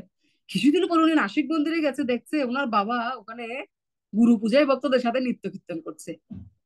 তো এটাও একটা সারেন্ডার, কিরকম আমি করব, আমি ওকে ভক্ত বানাবো সেটা না করে অন্য কারো ভক্তের সাথে তাকে যুক্ত করে দেওয়া, যার প্রতি তার একটু কি রয়েছে, হ্যাঁ একটু শ্রদ্ধা রয়েছে, একটু ইন্টারেস্ট রয়েছে, অথবা মনে হতে পারে তার সাথে তার এই বিষয়টা মিলতে পারে। হ্যাঁ, চেতনা এরকম পরিচয় করে। তাহলে সারেন্ডারের 3টা পার্ট বললাম। একটা হচ্ছে কি ফুল সারেন্ডার, যেমন মাতাজি যেটা করেছিল। হ্যাঁ, উনি কিছুই বলেনি ওনার প্রভুকে, কিন্তু ভগবান একটা পরিস্থিতি অ্যারেঞ্জ করেছে, অটোমেটিক্যালি ওই প্রভুটা যুক্ত হয়ে গেছে। আরেকটা সারেন্ডার হচ্ছে কি, প্রভু যেটা করেছে সেটা তিনি কি করেছেন, তার পিতামাতা তাদেরকে এমন কারোর সাথে যুক্ত করে দিয়েছেন যারা তাকে যত্ন নিবে। আরেকটা সারেন্ডার হচ্ছে কি, যে দেখা ওর কিসে কিসে আগ্রহ রয়েছে, সেই আগ্রহের বিষয়গুলোতে তাদেরকে একটু ইন্টারেস্ট দিয়ে দেয়। যেমন রোবোটিক্স, সে রোবট বানাতে পছন্দ করছে, তাকে কৃষ্ণের রোবটের বিষয়ে করার বিষয়ে একটু, আপনি একটু, বাবা মা কি করলো একটু আইডিয়া দিয়ে দিল, একটু আইডিয়া দিয়ে দিল কেউ। তো সেরকম আমাদের আসলে আমাদের প্রতিটা বিষয়ে 2টা জিনিস রয়েছে না, একটা হচ্ছে আমাদের যেটা পছন্দ, আর একটা হচ্ছে আমাদের শরীরের জন্য যেটা ভালো। খাবারের ক্ষেত্রে সেরকম আছে, কিছু খাবার দেখবেন খুব মুখরোচক, বাট সেটা আমাদের শরীরের জন্য হয়তো অত বেশি উপকারী নয়। আবার কিছু খাবার আছে আমাদের শরীরের জন্য উপকারী, বাট হয়তো অত মুখরোচক নয়। কিন্তু কিছু এরকম খাবার রয়েছে যে জিনিসগুলা মুখরোচকও আবার শরীরের জন্য উপকারীও। ঠিক ভক্তির ক্ষেত্রেও সেরকম। হুম, কিছু কিছু বিষয় আছে দেখবেন আমাদের পরিবারের সদস্যরা যারা ভক্ত নয় বা আমাদের ফ্রেন্ডরা তারা কিন্তু পছন্দ করছে, আমাদের সেই জিনিসগুলো অ্যাড্রেস করতে হবে, সেই বিষয়গুলো কি, সেই জিনিসগুলো কি। যেরকম রান্নার ক্ষেত্রে কিছু প্রসাদ আছে বাসার সবাই খেতে পছন্দও করছে, বাট শরীরের জন্য ভালো, তো মায়েদের কি করতে হবে, বারবার সেই জিনিসগুলো অ্যাড্রেস করতে হবে। আবার কিছু কিছু এরকম ভক্তির ক্ষেত্রে বিষয় আছে, আপনার পরিবারের সদস্যরা মনে করুন সবাই এই জিনিসটা পছন্দ করছে, সেটা কি আপনাকে বাছাই করতে হবে। হ্যাঁ, সেটা কি আপনি যখন আরতি করেন তখন তারা এই জিনিসটা পছন্দ করে, নাকি আপনি কোনো বিশেষ কোনো ভক্তকে হয়তো গৃহে নিয়ে আসছেন তারা তো পছন্দ করছে, নাকি কোনো তাদের কোনো বিশেষ উৎসব তাদেরকে আকর্ষণ করে, ও এই উৎসবটা হলে আমরা সবাই যেতে চাই। হ্যাঁ, মনে করেন এই রথযাত্রা, সবার পরিবারে হয়তো একটু আগ্রহ আছে রথযাত্রায় যাবে। তো এই জিনিসগুলো আমাদেরকে বুঝে বুঝে বুদ্ধিমত্তার সাথে ব্যবহার করে এগুলোতে তাদেরকে যোগ করতে হবে। এগুলো যদি আমরা করতে থাকি, যুক্ত করতে থাকি, সেটা বাকিটা ভগবানের ইচ্ছার উপর নির্ভর, সারেন্ডার। ঠিক আছে, তো এইভাবে আমরা ভগবত ভক্তির সাথে আমাদের ভক্তদের যুক্ত করতে। আমি আসলে একটা প্রসঙ্গ থেকে, এই জিনিসটা গুরুত্বপূর্ণ বিধায় আপনাদের অনেকেই জয়েন করতে পারেননি, এই সেমিনার গুলো জয়েন করা খুব জরুরি। হ্যাঁ, যখনই সুযোগ পাবেন, যেমন আজকে আজকে কিন্তু গৃহস্থদের যে সেমিনারটা দিচ্ছে সেটাতে আশা করছি আপনাদের অনেকে অংশগ্রহণ করেছেন। তো এই সেমিনারটা আমি নিজেও করতে পারছি না যে আপনাদের কিছু আমি বলতে পারবো, হয়তো আমি পরে শুনে জিস্ট পয়েন্ট গুলো আপনাদের বলতে পারবো। তো আমরা একটু আমাদের গীতার পাঠে আগাই। যে এখানে জড়জগৎ, আমরা ক্লিয়ার হয়েছে জড়জগৎ আমাদের কাছে, জড়জগৎ থেকে ভগবানের ধামে যাওয়া সেটাও ক্লিয়ার হয়েছে, ভগবান আমাদেরকে ভগবানের ধামের প্রতি আকৃষ্ট করতে চাচ্ছে। হ্যাঁ, তো সেটা আমাদের কাছে ক্লিয়ার হয়েছে। এখন কথা হচ্ছে যান্ত্রিক উপায়ে আমরা সেখানে যেতে পারি না, কৃত্রিম ভাবে সেখানে আমরা যেতে পারি না। যান্ত্রিক মানে কি, একটা বাস নিয়ে আমরা এখান থেকে মনে করেন ঢাকা থেকে চট্টগ্রাম গেলাম, এরকম যন্ত্র যান্ত্রিক কোনো উপায়ে আমরা সেখানে যেতে পারি না, চিন্ময় গ্রহে আমরা যেতে পারি না। সেখানে কিভাবে যেতে হয়, সেখানে যেতে হলে এখানে বলছে ভগবদ্গীতায় ভগবান সেটা আমাদেরকে বলছে। হ্যাঁ, সেখানে যেতে হলে সেখানে যাওয়ার বিশেষ যে প্রক্রিয়া সেটা করতে হবে। যেমন দেবলোকে কেউ যেতে চাইলে সেই দেবলোকের যে অধিষ্ঠাত্রী দেবতা তার পূজা করতে হবে, হ্যাঁ, তাকে সন্তুষ্ট করতে হবে। আপনি যদি আমেরিকা যেতে চান, আমেরিকার সরকারের যে রুলস রেগুলেশন সেটা ফলো করতে হবে। প্যারিসে যেতে চান, প্যারিসের যে রুলস রেগুলেশন সেটা ফলো করতে হবে। হ্যাঁ, সেরকম যদি কোনো আমরা গ্রহলোকে যেতে চাই, যেমন সূর্যলোকে যেতে চাই, তাহলে সূর্যদেবকে পূজা করে সন্তুষ্ট করতে হবে। তো এইভাবে যে কোনো উচ্চতর গ্রহলোকে আমাদেরকে যাওয়া যায়। কিন্তু ভগবদ্গীতা আমাদেরকে এই জড় জগতের এই যে 4 ভাগের যে 3 ভাগের যে 1 ভাগে আমরা আছি, সেইখানে আমাদের কোথাও যেতে আমাদেরকে বলছে না। কারণ ব্রহ্মলোকে গেলে সর্বোচ্চ লোক, সেখান থেকেও তো আবার ফিরে আসতে হবে, তাহলে সেখানে গিয়ে আমাদের কোনো প্রয়োজন নেই। আমাদের এই বাকি যে 3 ভাগ চিন্ময় গ্রহলোক, সেখানে যেতে হবে। এখন সেখানে যাওয়ার উপায় কি, এখানে প্রভুপাদ সেটা বলছে যে বলছে সেখানে গিয়ে কি লাভ। হ্যাঁ, যান্ত্রিক কৌশলে সে হয়তো গেল, 40,000 বছর ধরে ভ্রমণ করে গেলেও তো সেখানে জন্ম মৃত্যু জরা ব্যাধি সেখানে রয়েছে। কিন্তু এখানে বলছে দেখুন, এটা একটু দাগ দিন 28 পৃষ্ঠায়, কেউ যদি পরম লোক কৃষ্ণলোক কিংবা চিন্ময় আকাশের কোনো গ্রহে যেতে চায়, তাহলে তাকে সেখানে এইসব জড়জাগতিক দুর্দশা ভোগ করতে হবে না। চিন্ময় আকাশে যে সমস্ত গ্রহলোক রয়েছে তার মধ্যে সর্বোৎকৃষ্ট হচ্ছে গোলক বৃন্দাবন, যেখানে পরমেশ্বর ভগবান শ্রীকৃষ্ণ থাকেন। ভগবত গীতায় এই সবকিছুই বিস্তারিত ভাবে আলোচনা করা হয়েছে। জড়জগতের বন্ধন থেকে মুক্ত হয়ে কিভাবে সেখানে যাওয়া যায়, সেখানে কিভাবে আনন্দময় জীবন শুরু করা যায়, সেটারও নির্দেশ সেখানে রয়েছে। তাহলে ভগবত গীতার গুরুত্ব আমাদেরকে মুখবন্ধের প্রতিটা লাইনে লাইনে প্রভুপাদ আমাদেরকে বুঝাচ্ছেন। যদি জন্ম মৃত্যু জরা ব্যাধির দুঃখ কষ্ট থেকে মুক্ত হয়ে কেউ চিন্ময় জগতে যেতে চায়, তাহলে কি করতে হবে সেটা ভগবদ্গীতাতে ভগবান আমাদেরকে জানিয়েছে। এখানে বলছে যে একটা জড় জগৎ যে বিকৃত প্রতিবিম্ব। হ্যাঁ, যেমন একটা গাছের উপরে একটা ফল রয়েছে, যখন আমরা অধ্যায়ে যাব তখন আমরা বিস্তারিত আলোচনা করব। কেউ মনে করেন অনেক তার ক্ষুধা লেগেছে, হাঁটতে হাঁটতে হাঁটতে হাঁটতে সে একটা নদীর পাড়ে এসে আসলো। নদীর পাড়ে জলের দিকে তাকালো, দেখছে বিশাল সুন্দর সুন্দর আপেল, লাল লাল আপেল জলের মধ্যে দেখা যাচ্ছে। সে আপেল খাওয়ার জন্য জলের মধ্যে ঝাঁপ দিল। সে কতক্ষণ পরে ওখানে জল টল খেয়ে নাকানি চুবানি খেয়ে উঠে গেল। কিন্তু সে তো আপেলটা পেলো না। কেন পেলো না? কারণ আপেলটা তো ওখানে নেই, এটা তো হচ্ছে জলে ওই গাছের ছায়া পড়েছে, আপেলটা তো আসলে উপরে। হুম, তো আমাদের অবস্থা জড়জগতে আমরা সুখ বলে যা কিছু দেখছি, সেগুলো সবগুলো হচ্ছে মায়া, বিকৃত প্রতিফলন। সেজন্যই আমরা এই সুখের পিছনে ধাবিত হয়ে কি হচ্ছে, নাকানি চুবানি খাচ্ছি। খাচ্ছি কিনা? জড় জগতে কোনো সুখের পিছনে ঘুরে নাকানি চুবানি খায়নি, এরকম অভিজ্ঞতা নাই, এরকম এখানে কেউই নেই। প্রত্যেকে এই অভিজ্ঞতা রয়েছে। সুখের লাগিয়া এঘরও বাঁধিনু, অনলে পুরিয়া গেল। সুখের জন্য করছি, ছারকার হয়ে যাচ্ছে। কেন? কারণ এখানে তো সুখ বস্তুটাই নেই। যেখানে যে বস্তুটা নেই, যেমন সে জলের মধ্যে আপেল ভেবে সে লাফ দিচ্ছে, সে কি আপেল ওখানে পাবে? কারণ আপেল তো ওখানে নেই, আপেল রয়েছে তো উপরে। তো সেজন্য অশ্বত বৃক্ষের উদাহরণে বলছে প্রতিবিম্বের কোনো স্থায়িত্ব নেই। এই জড় জগৎ হচ্ছে অপ্রাকৃত জগতের প্রতি, সেজন্য এখানে মৃত্যু। দেখুন একটা সম্পর্ক, পিতা কত ভালোবাসছে সন্তানকে, মাতা কত ভালোবাসছে সন্তানকে, স্বামী কত ভালোবাসছে স্ত্রীকে, স্ত্রী কত ভালোবাসছে স্বামীকে, কিন্তু সেই সম্পর্ক কি স্থায়ী হচ্ছে? কিছু সময় পরে সেই সম্পর্ক নেই, মৃত্যু। মৃত্যু এসে কি করছে, সেই সম্পর্ক নষ্ট করে দিয়ে দিচ্ছে। তাহলে এটাকে অস্থায়ী কিনা? কিন্তু আমরা যখন ভালোবাসছি আমরা মনে করছি এই সম্পর্ক কোনোদিন ভাঙবে না। সারা জীবন কিছু জড়জগতের সিনেমার মধ্যে কিছু গান গান বানায়, আহ, চিরসঙ্গী। কিভাবে চিরসঙ্গী হবে? এই চিরসঙ্গী কিভাবে হবে? কিছুদিন পরে তো মৃত্যু এসে তোমাদের আলাদা করে দিবে। তো সেই জন্য এই জগৎটা হচ্ছে বিকৃত প্রতিবিম্ব। সেই জন্য এখানে আমরা সুখ পাবো না, এখানে কোনো সম্পর্কের কোনো স্থায়িত্ব নেই, মিথ্যা। ছায়া থেকে আমরা বুঝতে পারি প্রকৃত বস্তু রয়েছে, কিন্তু প্রতিবিম্ব দেখে আমরা কি বুঝতে পারি? কোনো জিনিসের যদি ছায়া দেখি তাহলে বুঝি যে আসলে একটা জিনিস আছে, না হলে ছায়া পড়লো কেমনে? তো জলের মধ্যে যদি কোনো জিনিসের প্রতিবিম্ব দেখি তাহলে জিনিসটা তো আছে উপরে, না হলে জলের ভিতরে ছায়া পড়লো কেমনে? এই বুদ্ধিমান ব্যক্তি এইটা খোঁজ করে, আচ্ছা জলের মধ্যে ছায়া পড়েছে, এটা তো আসল নয়, এটা তো হচ্ছে ছায়া, তাহলে আসল জিনিসটা কোথায় আছে? তখন সে উপরে তাকাবে, ও ওই তো আপেল দেখা যাচ্ছে, তখন সে আপেলটা পাওয়ার চেষ্টা করবে, প্রকৃত বস্তু সন্ধান করবে। অতএব মায়া মোহ ছাড়ি বুদ্ধিমান, নিত্য তত্ত্ব কৃষ্ণ ভক্তি, নিত্য বস্তু কৃষ্ণ ভক্তি করুণ সন্ধান। তখন এই জড়জগতের আনন্দ পাওয়ার চেষ্টা করা, জড়জগতের সুখী হওয়ার চেষ্টা করা, জড়জগতে দীর্ঘ জীবন বেঁচে থাকার চেষ্টা করা। ডিজনি ওয়ার্ল্ডের যে মালিক, সে কি করেছিল জানেন? সে তো কোটি কোটি বিলিয়ন বিলিয়ন ডলারের মালিক। সে একটা কারখানা খুলে দিয়েছে। সেই কারখানায় কি করবে? বিজ্ঞানীরা কিছু গবেষণা করবে কি করে মৃতদেহে প্রাণ সঞ্চার করা যায়। কেন? গবেষণা করে তারা যদি সুফল পায়, সেটা যেন তার শরীরে সেটা প্রয়োগ করে তাকে আবার বাঁচিয়ে দেয়। তো সে যখন মারা গেছে, তার শরীরটা নষ্ট করতে দেয় নাই ওই বিজ্ঞানীরা।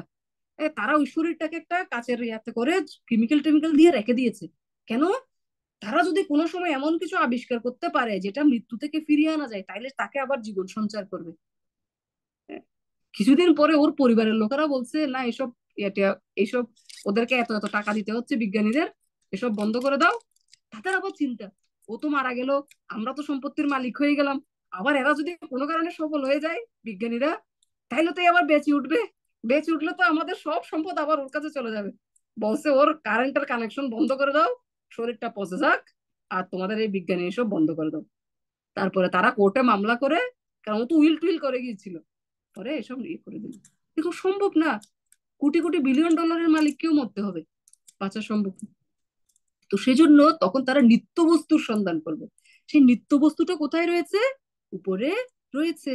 সেজন্য এই জড় জগতে আনন্দ নেই, কিন্তু প্রকৃত আনন্দের, বাস্তবিক জলের, বাস্তবিক ফলের সেই সন্ধান রয়েছে চিন্ময় জগতে। এখানে ভগবান ইঙ্গিত দিয়েছে কিভাবে আমরা চিন্ময় জগৎ লাভ করতে পারি। একটা শ্লোক রয়েছে দেখুন, ভগবদ গীতার 15 অধ্যায়ের 5 নং শ্লোক। নির্মাণ মোহাজিত সঙ্গ দোষা অধ্যাত্ম নিত্যা বৃণিবৃত্ত কামা দ্বন্দ্বৈ বিমুক্তাই সুখ দুঃখ সঙ্গেই গচ্ছন্ত মূঢ়া পদমব্যয়ম তৎ। তো বলছে কারা এই নিত্য জগতে যেতে পারে? বলছে তারাই যেতে পারে যারা কি নির্মাণ মোহ, অর্থাৎ যারা মোহ থেকে মুক্ত হতে চেয়েছে। এর অর্থ কি? এর অর্থ হচ্ছে এই জড়জগতে সবাই কিছু না কিছু হতে চায়, কেউ রাজা হতে চায়, কেউ প্রধানমন্ত্রী হতে চায়, কেউ টাকা পয়সার মালিক হতে চায়, কেউই কিছু না কিছু হতে চাচ্ছে। যতক্ষণ পর্যন্ত আমরা এই অভিলাষগুলোর প্রতি আসক্তি থাকবো, ততক্ষণ আমরা এই জড়জগতের মধ্যেই সুখ খুঁজবো, জড়জগতের মধ্যে নাকানি চুবানি খাবো, এই দেহকে কেন্দ্র করে সমস্ত আশা আকাঙ্ক্ষা গুলো চিন্তা করব। আমরা যে দেহ নই, এই উপলব্ধিটাই হচ্ছে আধ্যাত্ম উপলব্ধির প্রথম সোপান। তাহলে আমরা যখন বুঝবো যে আমরা আত্মা, আহ আমাদের এই এতটুকু আমাদের আয়োজন, এতটুকু ক্ষুদ্র, চুলের অগ্রভাগে 10,000 ভাগের একটু। হ্যাঁ, তো আমরা যখন সেটা বুঝতে পারবো যে আমরা দেহ নই, আমরা আত্মা, তখন অটোমেটিক কি হবে? আমাদের এটা মুক্ত হবে। আর এর প্রথম কর্তব্য, তার উপায়ই হচ্ছে ভগবত ভক্তি করা। ভগবানের প্রতি ভক্তি ছাড়া আমরা এই মোহ থেকে মুক্ত হতে পারবো না। কিভাবে সেটা আমরা করতে পারবো? সনাতন ধামে ফিরে যেতে পারবো কিভাবে আমরা ভগবানের প্রতি সম্পূর্ণরূপে আসক্ত হলে? সেই জিনিসগুলো এখানে 30 পৃষ্ঠা থেকে আবার ভগবান ব্যাখ্যা করছেন। আরো শিল প্রভুপাদ আসলে এখানে ভগবত গীতার মূল জিনিসগুলো এখানে নিয়ে এসেছেন। কেউ যদি এই মুখবন্ধটা ভালো করে পড়ে, মুখবন্ধটা যদি কেউ ভালো করে বুঝে, পুরো গীতার সামারিটা তার কাছে চলে আসবে, তার হৃদয়ে। প্রভুপাদ এমন কোনো গুরুত্বপূর্ণ বিষয় এই গীতার মধ্যে নাই যেটা এখানে তিনি টাচ করে নাই। এমন অদ্ভুত ভাবে সামারি আমি আর দেখিনি। আমরা যখন কিছু আর্টিকেল লিখি বিভিন্ন সময়, আমি ইউকে তে মাস্টার্স করতে গেছি, তো কোনো একটা রাইট আপ যখন আমরা করি সেটা একটা সামারি করতে হয়, যেটার মধ্যে পুরো যেটা বলতে চেয়েছে সেই জিনিসটা আসে। তো সামান্য 10-15 পৃষ্ঠার একটা সামারি করতে গিয়ে কত লাইন চলে আসতেছে, কিন্তু তাও সব জিনিস আনা যাচ্ছে না, পারছি না কিছু। আমি অবাক হয়ে যাই। শিল প্রভুপাদের মেধা, আসলে উনি হচ্ছে ভগবানের সুপ্তাবেশ অবতার। স্বয়ং ভগবানের দ্বারা আবিষ্ট হয়ে আমাদের মতো জড়বদ্ধ চিত্তে উদ্ধার করার জন্য এই অপ্রাকৃত গ্রন্থগুলো রচনা করেছে। আগামী 10,000 বছর ধরে এগুলো যে আইনের গ্রন্থ হবে, এই, সেটা এমনি নয়। এটা যে আইনের গ্রন্থ হবে এটার কোয়ালিটির জন্য এটা এতটাই মানে ইউনিক। এই শাস্ত্র গ্রন্থগুলো আমাদের এতটাই গুরুত্বপূর্ণ, এই গ্রন্থগুলো পড়া। একটা মুখমন্ত্রের মধ্যে পুরো গীতার ভাবার্থটা তিনি নিয়ে এসেছেন, কি অসাধারণ ভাবে নিয়ে এসেছেন। হ্যাঁ, তো এখানে আমরা আগামী দিন আবার সেখান থেকে আমরা শুরু করব। আমরা আগামী দিন শুরু করব এই প্যারা থেকে। আহ কেউ এভাবে অধিষ্ঠিত হলে তিনি অনায়াসে পরম ধামে উন্নীত হন। এখানে শেষ লাইনটা যেখানে বলছে, সেই ভগবত ধাম যা সনাতন, সেখানে কেবল তারাই যেতে পারেন যারা জড়জগতের ভোগ বাসনার দ্বারা লালায়িত নন, যারা ভগবানের সেবায় নিজেদের সর্বতভাবে নিয়োজিত করেছেন। কেউ এইভাবে অধিষ্ঠিত হলে তিনি অনায়াসে পরম ধামে উপনীত হন। এখানে আপনারা দাগ দিয়ে রাখুন 29 পৃষ্ঠার শেষে। আর 8-21 অধ্যায় যে শ্লোক, এটা একটু কঠিন আছে, ফিলোসফিক্যাল বিষয়, এটা আমরা আলোচনা করবো আগামীতে। আমি একটু সংক্ষেপে সামারি করছি আজকে আমরা কি কি আলোচনা করেছি। আজকে আমরা আলোচনা করেছি যে ভগবানের ধামটা সেটা কিরকম, ভগবানের ধাম সম্পর্কে কি বলা হয়েছে, গোলক বৃন্দাবন ধাম সম্পর্কে, কারা সেখানে যেতে পারে। এই এই এই 2-3 পৃষ্ঠার মধ্যে গোলক বৃন্দাবন ধাম, ভগবানের ধাম সম্পর্কে বলা আছে। আর ভগবানের ধামে আহ ভগবান কেন আসেন সেটা বলা হয়েছে। ভগবান এই পৃথিবীতে ভগবানের ধাম ছেড়ে কেন আসেন, ধাম ছেড়ে তিনি আসেন যাতে আমরা ভগবানকে নিয়ে জল্পনা কল্পনা না করি। তিনি নিরাকার, তিনি জ্যোতি, তিনি আলো, তিনি এই, তিনি সেই, এটা আমরা আর কল্পনা না করি। তিনি এসেছেন, তিনি এসে আমাদের প্র্যাকটিক্যালি দেখিয়ে গেছে, প্রমাণ দিয়ে গেছেন যে ভগবানের কিরকম হতে হবে, ভগবানের কি কি গুণাবলী থাকা দরকার, ভগবান কি ঐশ্বর্যময় লীলা প্রদর্শন করতে পারেন, ভগবানের মাধুর্য কি, সেটা তিনি এখানে প্রদর্শন করে গেছেন। তো এখানে কারা বুঝতে পারবে না, যারা অল্প বুদ্ধি সম্পন্ন তারা ভগবানকে বুঝতে পারবে না। এমনকি ভগবান এত অপ্রাকৃত লীলা দেখালেও তারা ভগবানকে চিনতে পারবে না। কেন? মোহমায়া যোগমায়া দুইটা বিষয় আমি বলেছি। তারা মোহমায়ার জন্য, মহামায়ার জন্য ভগবানকে তারা চিনতে পারবে না। কেন? ভগবান তাদের কাছ থেকে এমন ভাবে ইলুশন সৃষ্টি করবে, যারা সিনসিয়ার না তারা ভগবানকে বুঝতে পারবে না। আর যোগমায়া কি করে? যোগমায়াও ইলিউশন সৃষ্টি করছে, কিন্তু যোগমায়া কাদের জন্য ইলিউশন সৃষ্টি করেছে? যারা ভগবানের প্রতি নিষ্ঠাবান ভক্ত, অলরেডি প্রমাণ করে দিয়েছে, শুদ্ধ ভক্ত পরিণত হয়েছে, তাদের জন্য যোগমায়া এমন ভাবে কিছু মিথ্যা সৃষ্টি করবে যাতে তারা ভগবানের দিকে আরো বেশি সুইটনেস, ভালোবাসাটা উপলব্ধি করতে পারে। যেমন যোগমায়া যশোদা মাকে ভুলিয়ে দিয়েছে যে তিনি হচ্ছেন কৃষ্ণ ভগবান, তিনি মনে করছে আমার সন্তান, সেজন্য যাতে বাৎসল্য রসটা তিনি উপভোগ করতে পারেন। হ্যাঁ, তো যোগমায়ার কাজ হচ্ছে এমন ভাবে মিথ্যা ইলিউশন সৃষ্টি করা যাতে ভক্ত আরো কৃষ্ণের কাছে চলে যায়। আর মায়ার কাজ হচ্ছে এমন কিছু ইলিউশন সৃষ্টি করা যাতে কৃষ্ণের কাছ থেকে যারা সিনসিয়ার না তারা আরো কি করে, আরো দূরে সরে যায়। এটা মহামায়ার কাজ, ঠিক আছে। আর যোগমায়ার কাজ আরো যাতে কৃষ্ণের কাছে চলে আসে। তো এই দুটা বিষয়। আর ওখানে যে জড়জগৎ এবং চিন্ময় জগৎ, জড়জগৎ কতটুকু, 4 ভাগের মধ্যে 3 ভাগ হচ্ছে চিন্ময় জগৎ, 1 ভাগ হচ্ছে জড়জগৎ। জড়জগৎ হচ্ছে অন্ধকার, আর 3 ভাগ চিন্ময় জগৎ, সেটা হচ্ছে কি উজ্জ্বল, ভগবানের জ্যোতিতে সেই 3 ভাগ আলোকিত। আর 1 ভাগ জড়জগৎ, সেটা অন্ধকার, সেজন্য সেটা আলোকিত করার জন্য চন্দ্র সূর্য এগুলোর প্রয়োজন হয়। তাহলে এই চিন্ময় জগতে, এই জড়জগতের বন্ধনের মধ্যে আমরা ব্রহ্মলোকে গেলেও আমাদেরকে আবার এখানে দুঃখ কষ্ট জন্ম মৃত্যু জরাবেদি থাকতে হবে। তাহলে চিন্ময় জগৎ যেখানে প্রকৃত জিনিসটা রয়েছে, সেখানে আমরা যেতে চাইলে কি করতে হবে সেটা আমাদের বলছে। সেখানে আমাদের যেতে গেলে কোনো কৃত্রিম ভাবে আমরা সেটা যেতে পারবো না। এমনকি দেশের মধ্যেও যদি আপনি আমেরিকায় যেতে চান, আপনাকে আমেরিকার সরকারকে সন্তুষ্ট করতে হবে, কাগজ পাতি সব দেখাতে। ইন্ডিয়া যান না, বাংলাদেশ থেকে ইন্ডিয়া যান, কত কিছু দেখাতে হচ্ছে না, তার একটা প্রসেস রয়েছে। ভগবানের দামে যাওয়ারও একটা প্রসেস রয়েছে। কি কি করলে ভগবানের দামে যেতে পারবেন সেটা ভগবত গীতাতে ভগবান পুঙ্খানুপুঙ্খ ভাবে আমাদেরকে বর্ণনা করবেন, কিভাবে ভগবানের ধামে যাওয়া যাবে। যান্ত্রিক ভাবে সেখানে যাওয়া যাবে না। তো এখানে প্রভুপাদ বলছিলেন অর্ধমূল অধঃ শাখা, ঊর্ধ্বমূল অধঃ শাখা, সেই বৃক্ষটার কথা ব্যাখ্যা করছিলেন। জড়জগতে যদি আমরা সুখ পেতে চাই আমরা সুখী হতে পারবো না, সোজা কথা, সুখী হতে পারবো না। কারণ সুখ বস্তুটাই এখানে নেই। আমরা সুখী হতে হলে আমাদেরকে চিন্ময় জগতে যেতে হতে হবে, অথবা চিন্ময় জগতের সাথে যুক্ত হতে হবে। এই জগতের থেকেও আমরা চিন্ময় জগতের সাথে যুক্ত হতে পারি, তখনই আমরা সুখী হতে পারবো। কারণ এই জগৎটা হচ্ছে অস্থায়ী। যদি আমরা অস্থায়ী একটা জগতে, নিত্য পরিবর্তনশীল একটা জগতে স্থায়ী কোনো কিছুর সাথে যুক্ত না থাকি, যে জিনিসটা চেঞ্জ হচ্ছে না, এই জগতে সবকিছু চেঞ্জ হচ্ছে। মানুষের আজকে মনে করুন খুব একজন কেউ বলতে পারে, ও তোমাকে ছাড়া আমি বাঁচবো না, তুমি আমার সবকিছু। কালকে মনে করেন একটা ঝগড়া হয়েছে, ও এই লোকটার সাথে থাকাই যাবে না, এই লোকটা আমার জীবনটা দুর্বিষহ করে ফেলছে। পরিবারে, চাকরির ক্ষেত্রে মনে করেন একটা জায়গায় চাকরি, ও আমি এই চাকরিটার জন্যই আমার জন্ম হয়েছে, আমার বস কত ভালো, কিভাবে ট্রিট করছে। আরেকদিন বস একটা খারাপ ব্যবহার করলো বা অনেক কাজের লোড চাপিয়ে দিল, এই চাকরি আমি করবোই না, এত খারাপ। তাহলে এগুলো কিছু কি চেঞ্জ হচ্ছে।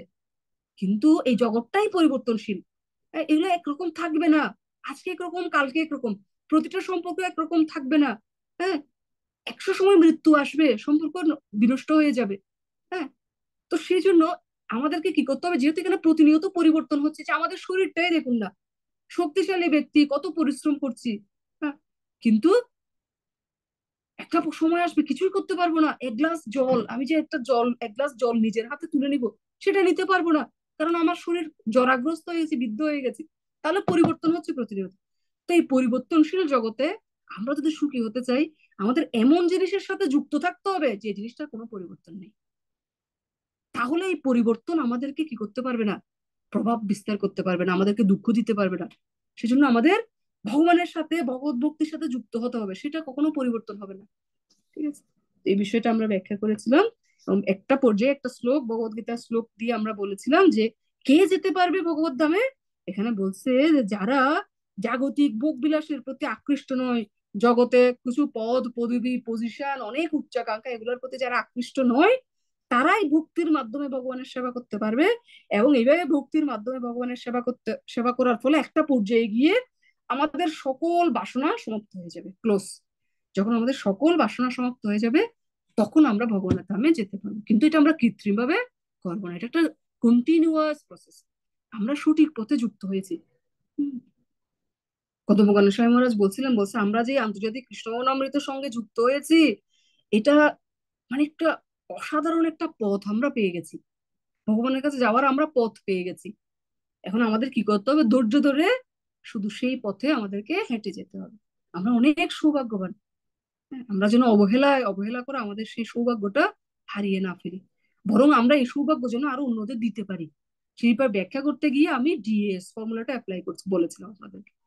ভগবানের সাথে আমাদের সম্পর্ক, আমাদের সাথে আমাদের পাশে যারা অভক্ত রয়েছে চাকরি ক্ষেত্রে পাশে, বা আমাদের কলিগ বা আমাদের পরিবারে, তাদের সাথে আমাদের সম্পর্ক, তাদের সাথে কৃষ্ণের সম্পর্ক রয়েছে আবার ত্রিভুজের মতো। তো আমরা যদি তাদের সাথে আমাদের সম্পর্ক উন্নয়ন, সেটা মনোযোগ না দিয়ে শুধু কৃষ্ণের সাথে তাদের সম্পর্কটা কি করে উন্নয়ন করব, অথবা আমাদের সাথে কৃষ্ণের সম্পর্ক সেটা নিয়ে উন্নয়ন করব, তাহলে দুইটা ক্ষেত্রেই আমরা মানে শান্তি পাবো না। কারণ শুধু আমরা আমাদের কৃষ্ণের কথা চিন্তা করছি, তাহলে আমার পাশে যে সন্তানকে যন্ত্রণা নিচ্ছে না মা, তাহলে কিন্তু সে যখন তার ভগবত ভক্তিতে বিঘ্ন সৃষ্টি করবে। ঠিক আছে, একটা পর্যায়ে আমাদের স্টেবল রাখতে হবে যে দেখো তোমার যা প্রয়োজন সেটা আমি করছি, কিন্তু আমার তো কৃষ্ণ ভক্তি অনুশীলন করা প্রয়োজন, তুমি আমাকে সেখানে ডিস্টার্ব করতে পারবে না। কারণ ও যখন ওরটা পাবে, সে চিন্তা করবে না আমার যেটা প্রয়োজন সেটা তো আমি পাচ্ছি, তাহলে ওকে আমি বিরক্ত করবো না, এটাও ভগবানের জন্য ও করছে, এটা তো আরো ভালো হচ্ছে। তখন ও কি হবে, ওইটার প্রতি আকৃষ্ট হবে। তো সেই জন্য ভগবানের সাথে আমাদের সম্পর্ক, সেখানে আমরা কম্প্রোমাইজ করবো না। আমাদের সাধনা, আমাদের জপ, আমাদের 4 নিয়ম পালন, সেটা আমরা নিষ্ঠা সহকারে করব। আমাদের সাথে অপর ব্যক্তির সাথে কিভাবে সম্পর্কটা ডেভেলপ করা যায়, অ্যাকসেপ্টেন্সের একটা লেভেল আমাদের আনতে হবে, সেটা আমাদের মেনে নিতে হবে। সে যেরকম, তাকে সেভাবে আমাকে অ্যাকসেপ্ট করতে হবে। কারণ আমি তো জানি না তার পূর্বের কর্ম কি, আমার কর্মফল কি, তার কর্মফল কি, সেটা আমরা জানি না। সেজন্য আমাদের এখানে অ্যাকসেপ্ট করে নিতে হবে। আর তার সাথে কৃষ্ণের সম্পর্ক যেটা উন্নয়ন, সেটা আমাদেরকে সারেন্ডার করতে হবে, ভগবানের কাছে নির্ভরশীল থাকতে হবে। ভগবানের কাছে নির্ভরশীলতা 3 ভাগে হতে পারে। একটা হচ্ছে পুরোপুরি ভগবানের উপর নির্ভরশীল থাকবো, তাকে কিছু বলবো না। আর একটা নির্ভরশীল হতে পারে, আমি দেখবো যে কোন ভক্তের সাথে এসে একটু মিশলে তার ভগবত ভক্তির প্রতি আগ্রহটা বাড়ছে। আর আরেকটা দেখবো যে তার ইন্টারেস্ট কিসে আছে। কোনো শিশু মনে করেন সে প্রসাদ, সে অন্তত দেখা গেল আপনি যদি খুব সুন্দর করে নুডলস রান্না করে দেন ভগবত প্রসাদ, সে সেটা পেতে যাবার খুব আগ্রহী, তাহলে এগুলো বের করে ফেলতে হবে। নিজেকে বুদ্ধিমত্তা কাটিয়ে বের করে ফেলতে হবে যে কি জিনিসটা করলে। অথবা কেউ দেখবেন মন্দিরে যেতে চায় না, কিন্তু রথযাত্রা আসছে সে যেতে চায়, ভাগবত সপ্তাহ হচ্ছে সে যেতে চায়। তখন এই জিনিসগুলোকে আমাদের বাতাস দিতে হবে। ছোট একটু আগুন, হ্যাঁ, মায়েরা জানেন যে ফু দিয়ে, আগের দিনে কিছু চোঙ্গা থাকতো না, ফু দিয়ে দিয়ে একটু আগুন থাকলে সেটাকে বড় করে সেখান থেকে আগুন জ্বালিয়ে ফেলতো বাতাস দিতে দিতে। সেজন্য আমাদের কারোর মধ্যে যদি ছোট একটু ভগবত ভক্তিতে আগ্রহ দেখতে পাই, হতে পারে সেটা সে একটু প্রসাদ পেতে আগ্রহী হচ্ছে, অথবা দামোদর প্রোগ্রাম কখন আসবে সে খোঁজ করতে চাই, তোমাদের ঘরে দামোদর প্রোগ্রাম হয়েছিল আমরা প্রদীপ দেখাইছিলাম, হ্যাঁ, অথবা এই এরকম একটা গীতার ইয়ে হয়, আলোচনা হয়তো ভালো লাগে, দেখতে হবে কোন জিনিসটাতে, সেটাতে বাতাস করতে করতে তার মধ্যে ভগবত ভক্তির আগুনটা চালিয়ে ফেলা যাবে। কিন্তু আমাদের প্রচেষ্টা, try your best, keep the rest on Krishna. আমি করছি তার মানে ওকে এখন হতেই হবে, এটা যখন আশা করব, তখন আমাদের সাথে কৃষ্ণের সম্পর্ক যেটা, সেটা ক্ষতিগ্রস্ত হয়ে যাবে। কিন্তু আমরা যখন স্যারেন্ডার করব, আমরা দিব্য আনন্দ পাবো, সে না করলেও আনন্দ পাবো। কেননা আমি জানবো যে আমি তো আমার সাধ্য অনুযায়ী আমি যেটা করার সেটা করছি।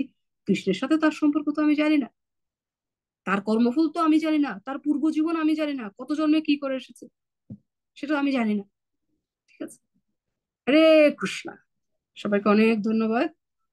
আজকে আমি আর প্রশ্ন নিব না, আমাকে একটু ব্যাগ টেক গুছাতে হবে। মাতাজি একটা হোমওয়ার্ক দিয়েছিলেন, কোশ্চেনটা আরেকবার যদি বলেন। হোমওয়ার্কটা হচ্ছে ভগবত ধাম, গোলক বৃন্দাবন ধাম, অর্থাৎ চিন্ময় ধাম। চিন্ময় ধাম সম্পর্কে আপনারা 5টা বাক্য লিখবেন, এখান থেকে আজকে যা পড়িয়েছি সেখান থেকে, বাইরে থেকে না। ঠিক আছে, আজকে যা পড়ানো হয়েছে সেখান থেকে চিন্ময় ধাম, চিন্ময় লোক সম্পর্কে 5টা বাক্য, 5টা লাইন। আমি অনেকগুলো বিষয় বলেছি।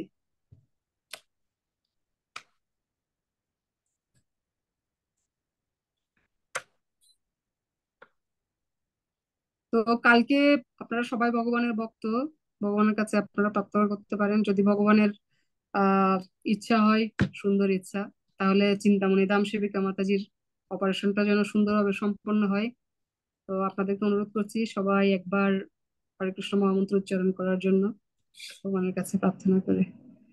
হরে হরে কৃষ্ণ হরে কৃষ্ণ হরে কৃষ্ণ কৃষ্ণ কৃষ্ণ কৃষ্ণ হরে কৃষ্ণ হরে হরে হরে, রাম হরে রাম হরে রাম, রাম রাম রাম রাম হরে হরে। অনন্ত কোটি বৈষ্ণব বৃন্দ কি জয়, জয় সমবেত গৌর ভক্ত বৃন্দ কি জয়, জয়। তাই গৌর প্রেমানন্দে হরি হরি বল। হরে কৃষ্ণ।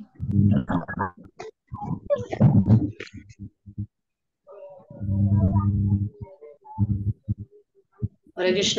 সোমা মাতাজি রয়েছেন নি? হরে কৃষ্ণ।